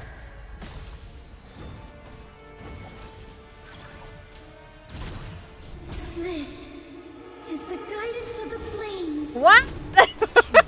That's a lot of core. Oh my good lord. Time to die. Burn to ashes! Burn to ashes! The smoke has risen. This is the guidance of the flame. Solar fire! We're gonna eat you again, Aight. Solar fire! Take me. Solar fire! Good job. Let's go back and celebrate. I cannot use what was her name. She died too much. Oh. Through the vast abyss, the radio once again receives a clear signal. Hello? Hey, Pylgia. Can you hear me? Shit, it's not voiced. Finally! Where are you? Pylgia? Do you need help? The submarine is returning. We'll reach the surface soon. Thank goodness. How's everyone? How's Ragnar and Dale? They alright? And the collectors? They dead. They're dead. The collectors are brought back.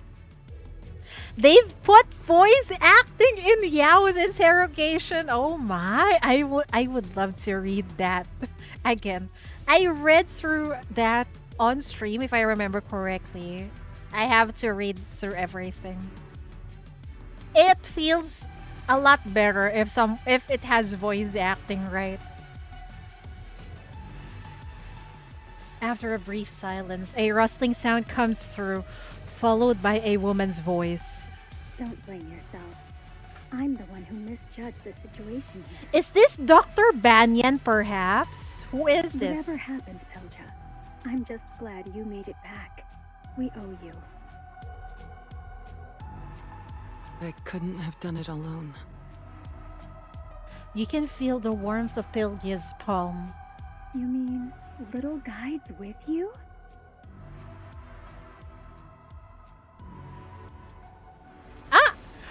Wait. We've seen this lady before, if I remember correctly. As the hatch swings open, an elegant woman comes into view. Much like you, she seems surprised by your presence.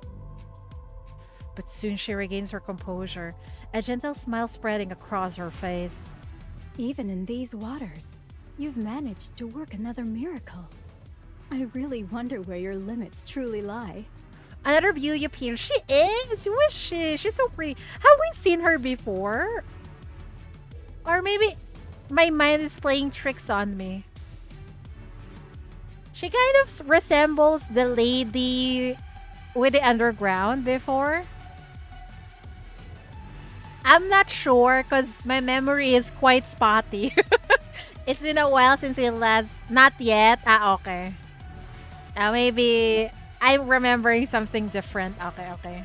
Don't mind Chidori's memory. The next deep dive operation is coming up soon. Maybe I should reach out to the base and see about borrowing you. Huh. The next deep dive reach out to the... See about borrowing the chief. Who are you? I bet she's Dr. Banyan that everyone's talking about. Should he ask for her name? As you ponder this, your vision starts to blur. Shorel's blue light seems to warn you that the tide is receding. It's time to bid farewell. You feel someone tugging at your clothes. You turn around to find Pylgia. Pylgia appears taken aback by her own action.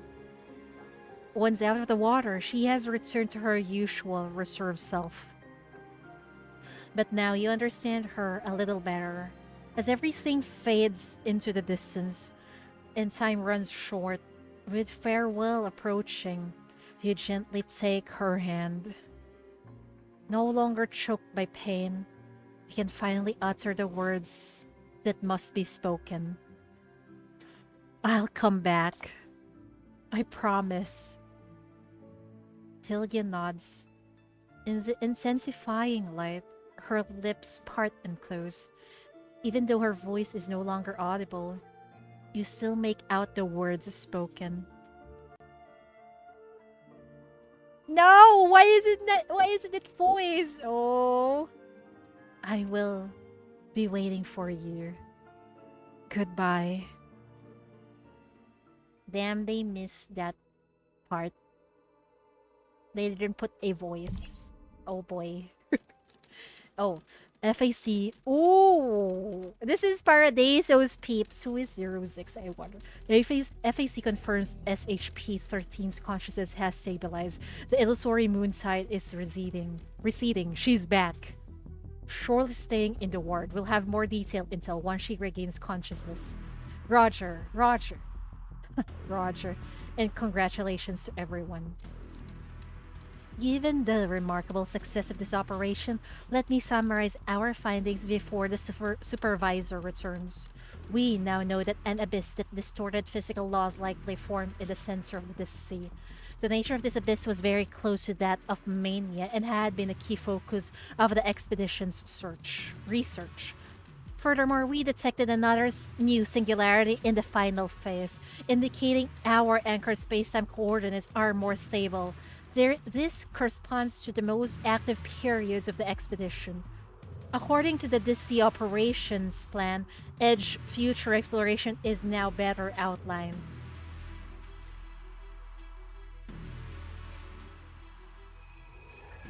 Physical condition good, mental state stable. Mania influence completely eliminated. Welcome back, Chief. The operation was a great success, thanks to your efforts. I think that's great news. Great news for the Paradisos folks.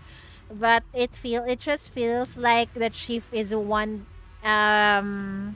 useful guinea pig to them. Your emotional state has also improved significantly. Has something good happened? Anyway, you should report to Paradisos now. They've been waiting for a while. Dude, the chief just woke up.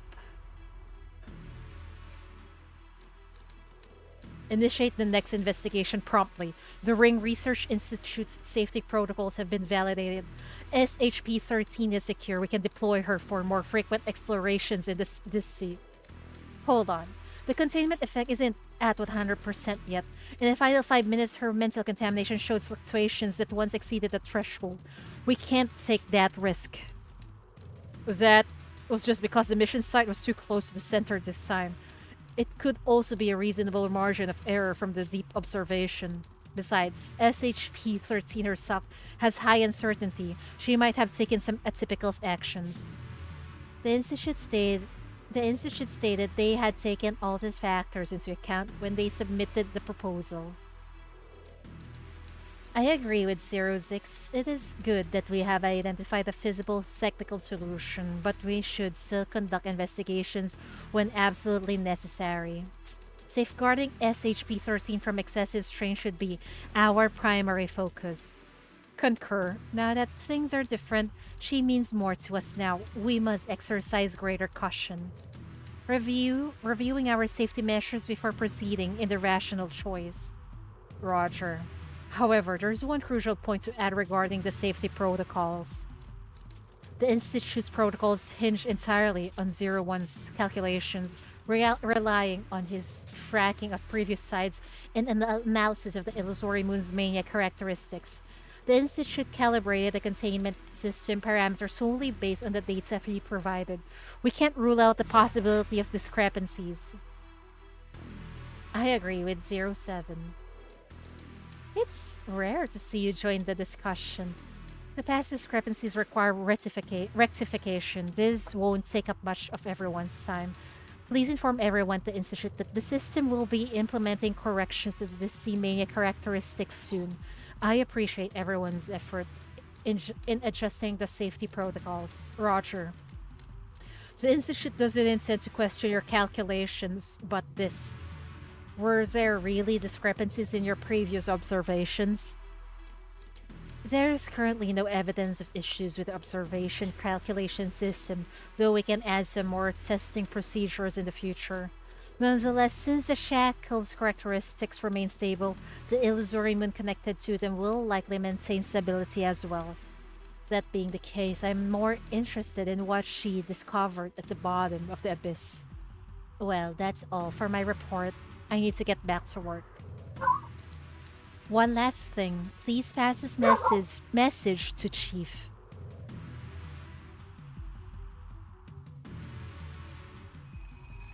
I see. I've uploaded your report. This information is invaluable. Also, I've been asked to share some good news with you. The mania flux in the sea gradually settled after the illusory moonside completely receded.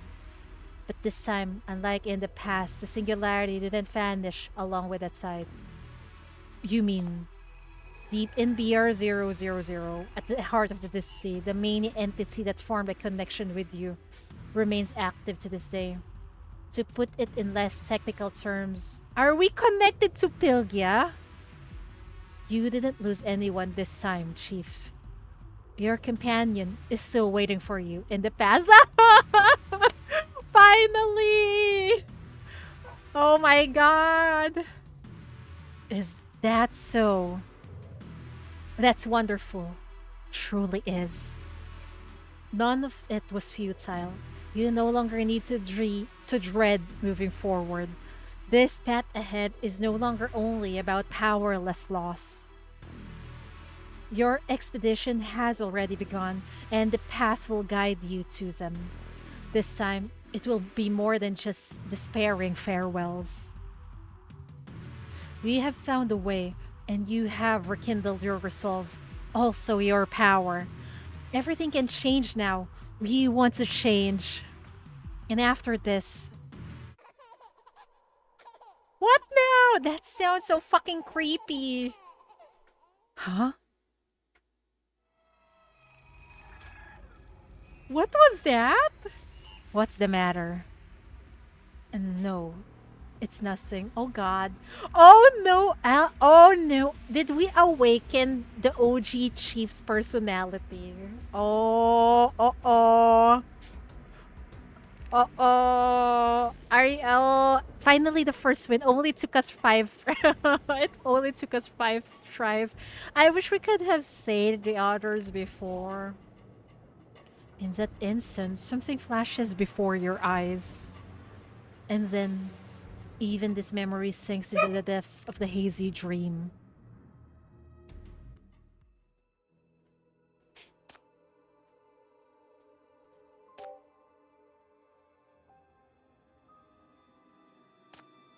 Is that it? Oh, hydrate. Okay, I will hydrate. Thank you, Mori. We're back to reality. Are we done? Did we save the good one? We did. At least we saved someone this time. I'm so glad. Also, don't mind me. I don't usually do endless nightmare. So I didn't get a lot of rewards. Okay, even this one I haven't gotten it yet. There's also Heskia's, right? See? I have so many things to do. Anyway, thank you for the cubes.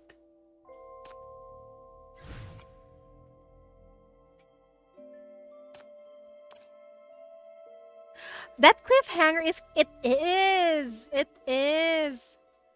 Especially the younger chief that was laughing at the end. It feels like that's like a sound of triumph, but a creepy one. I wonder why. I wonder if the chief will gradually remember her past. I mean, the connection was maybe not with Pylgia, but with the entity in the center of VR000. That is also possible. That is possible. It was not directly stated, though. But my thought, in my head, it's Pylgia. But maybe we form a connection with Pylgia, right? What if that connects us to the illusory moon and the OG chief's past and personality? Oh boy, I can't wait to find out. The next one with a catalyst sinner will be incredible. Are we getting a catalyst next? I can't wait, man. What if the next one is that black-haired lady earlier? We don't even know who she is. Maybe she's Dr. Banyan. She finally has a face. Who knows? I can't wait. No commissions today, so I'm here for a break.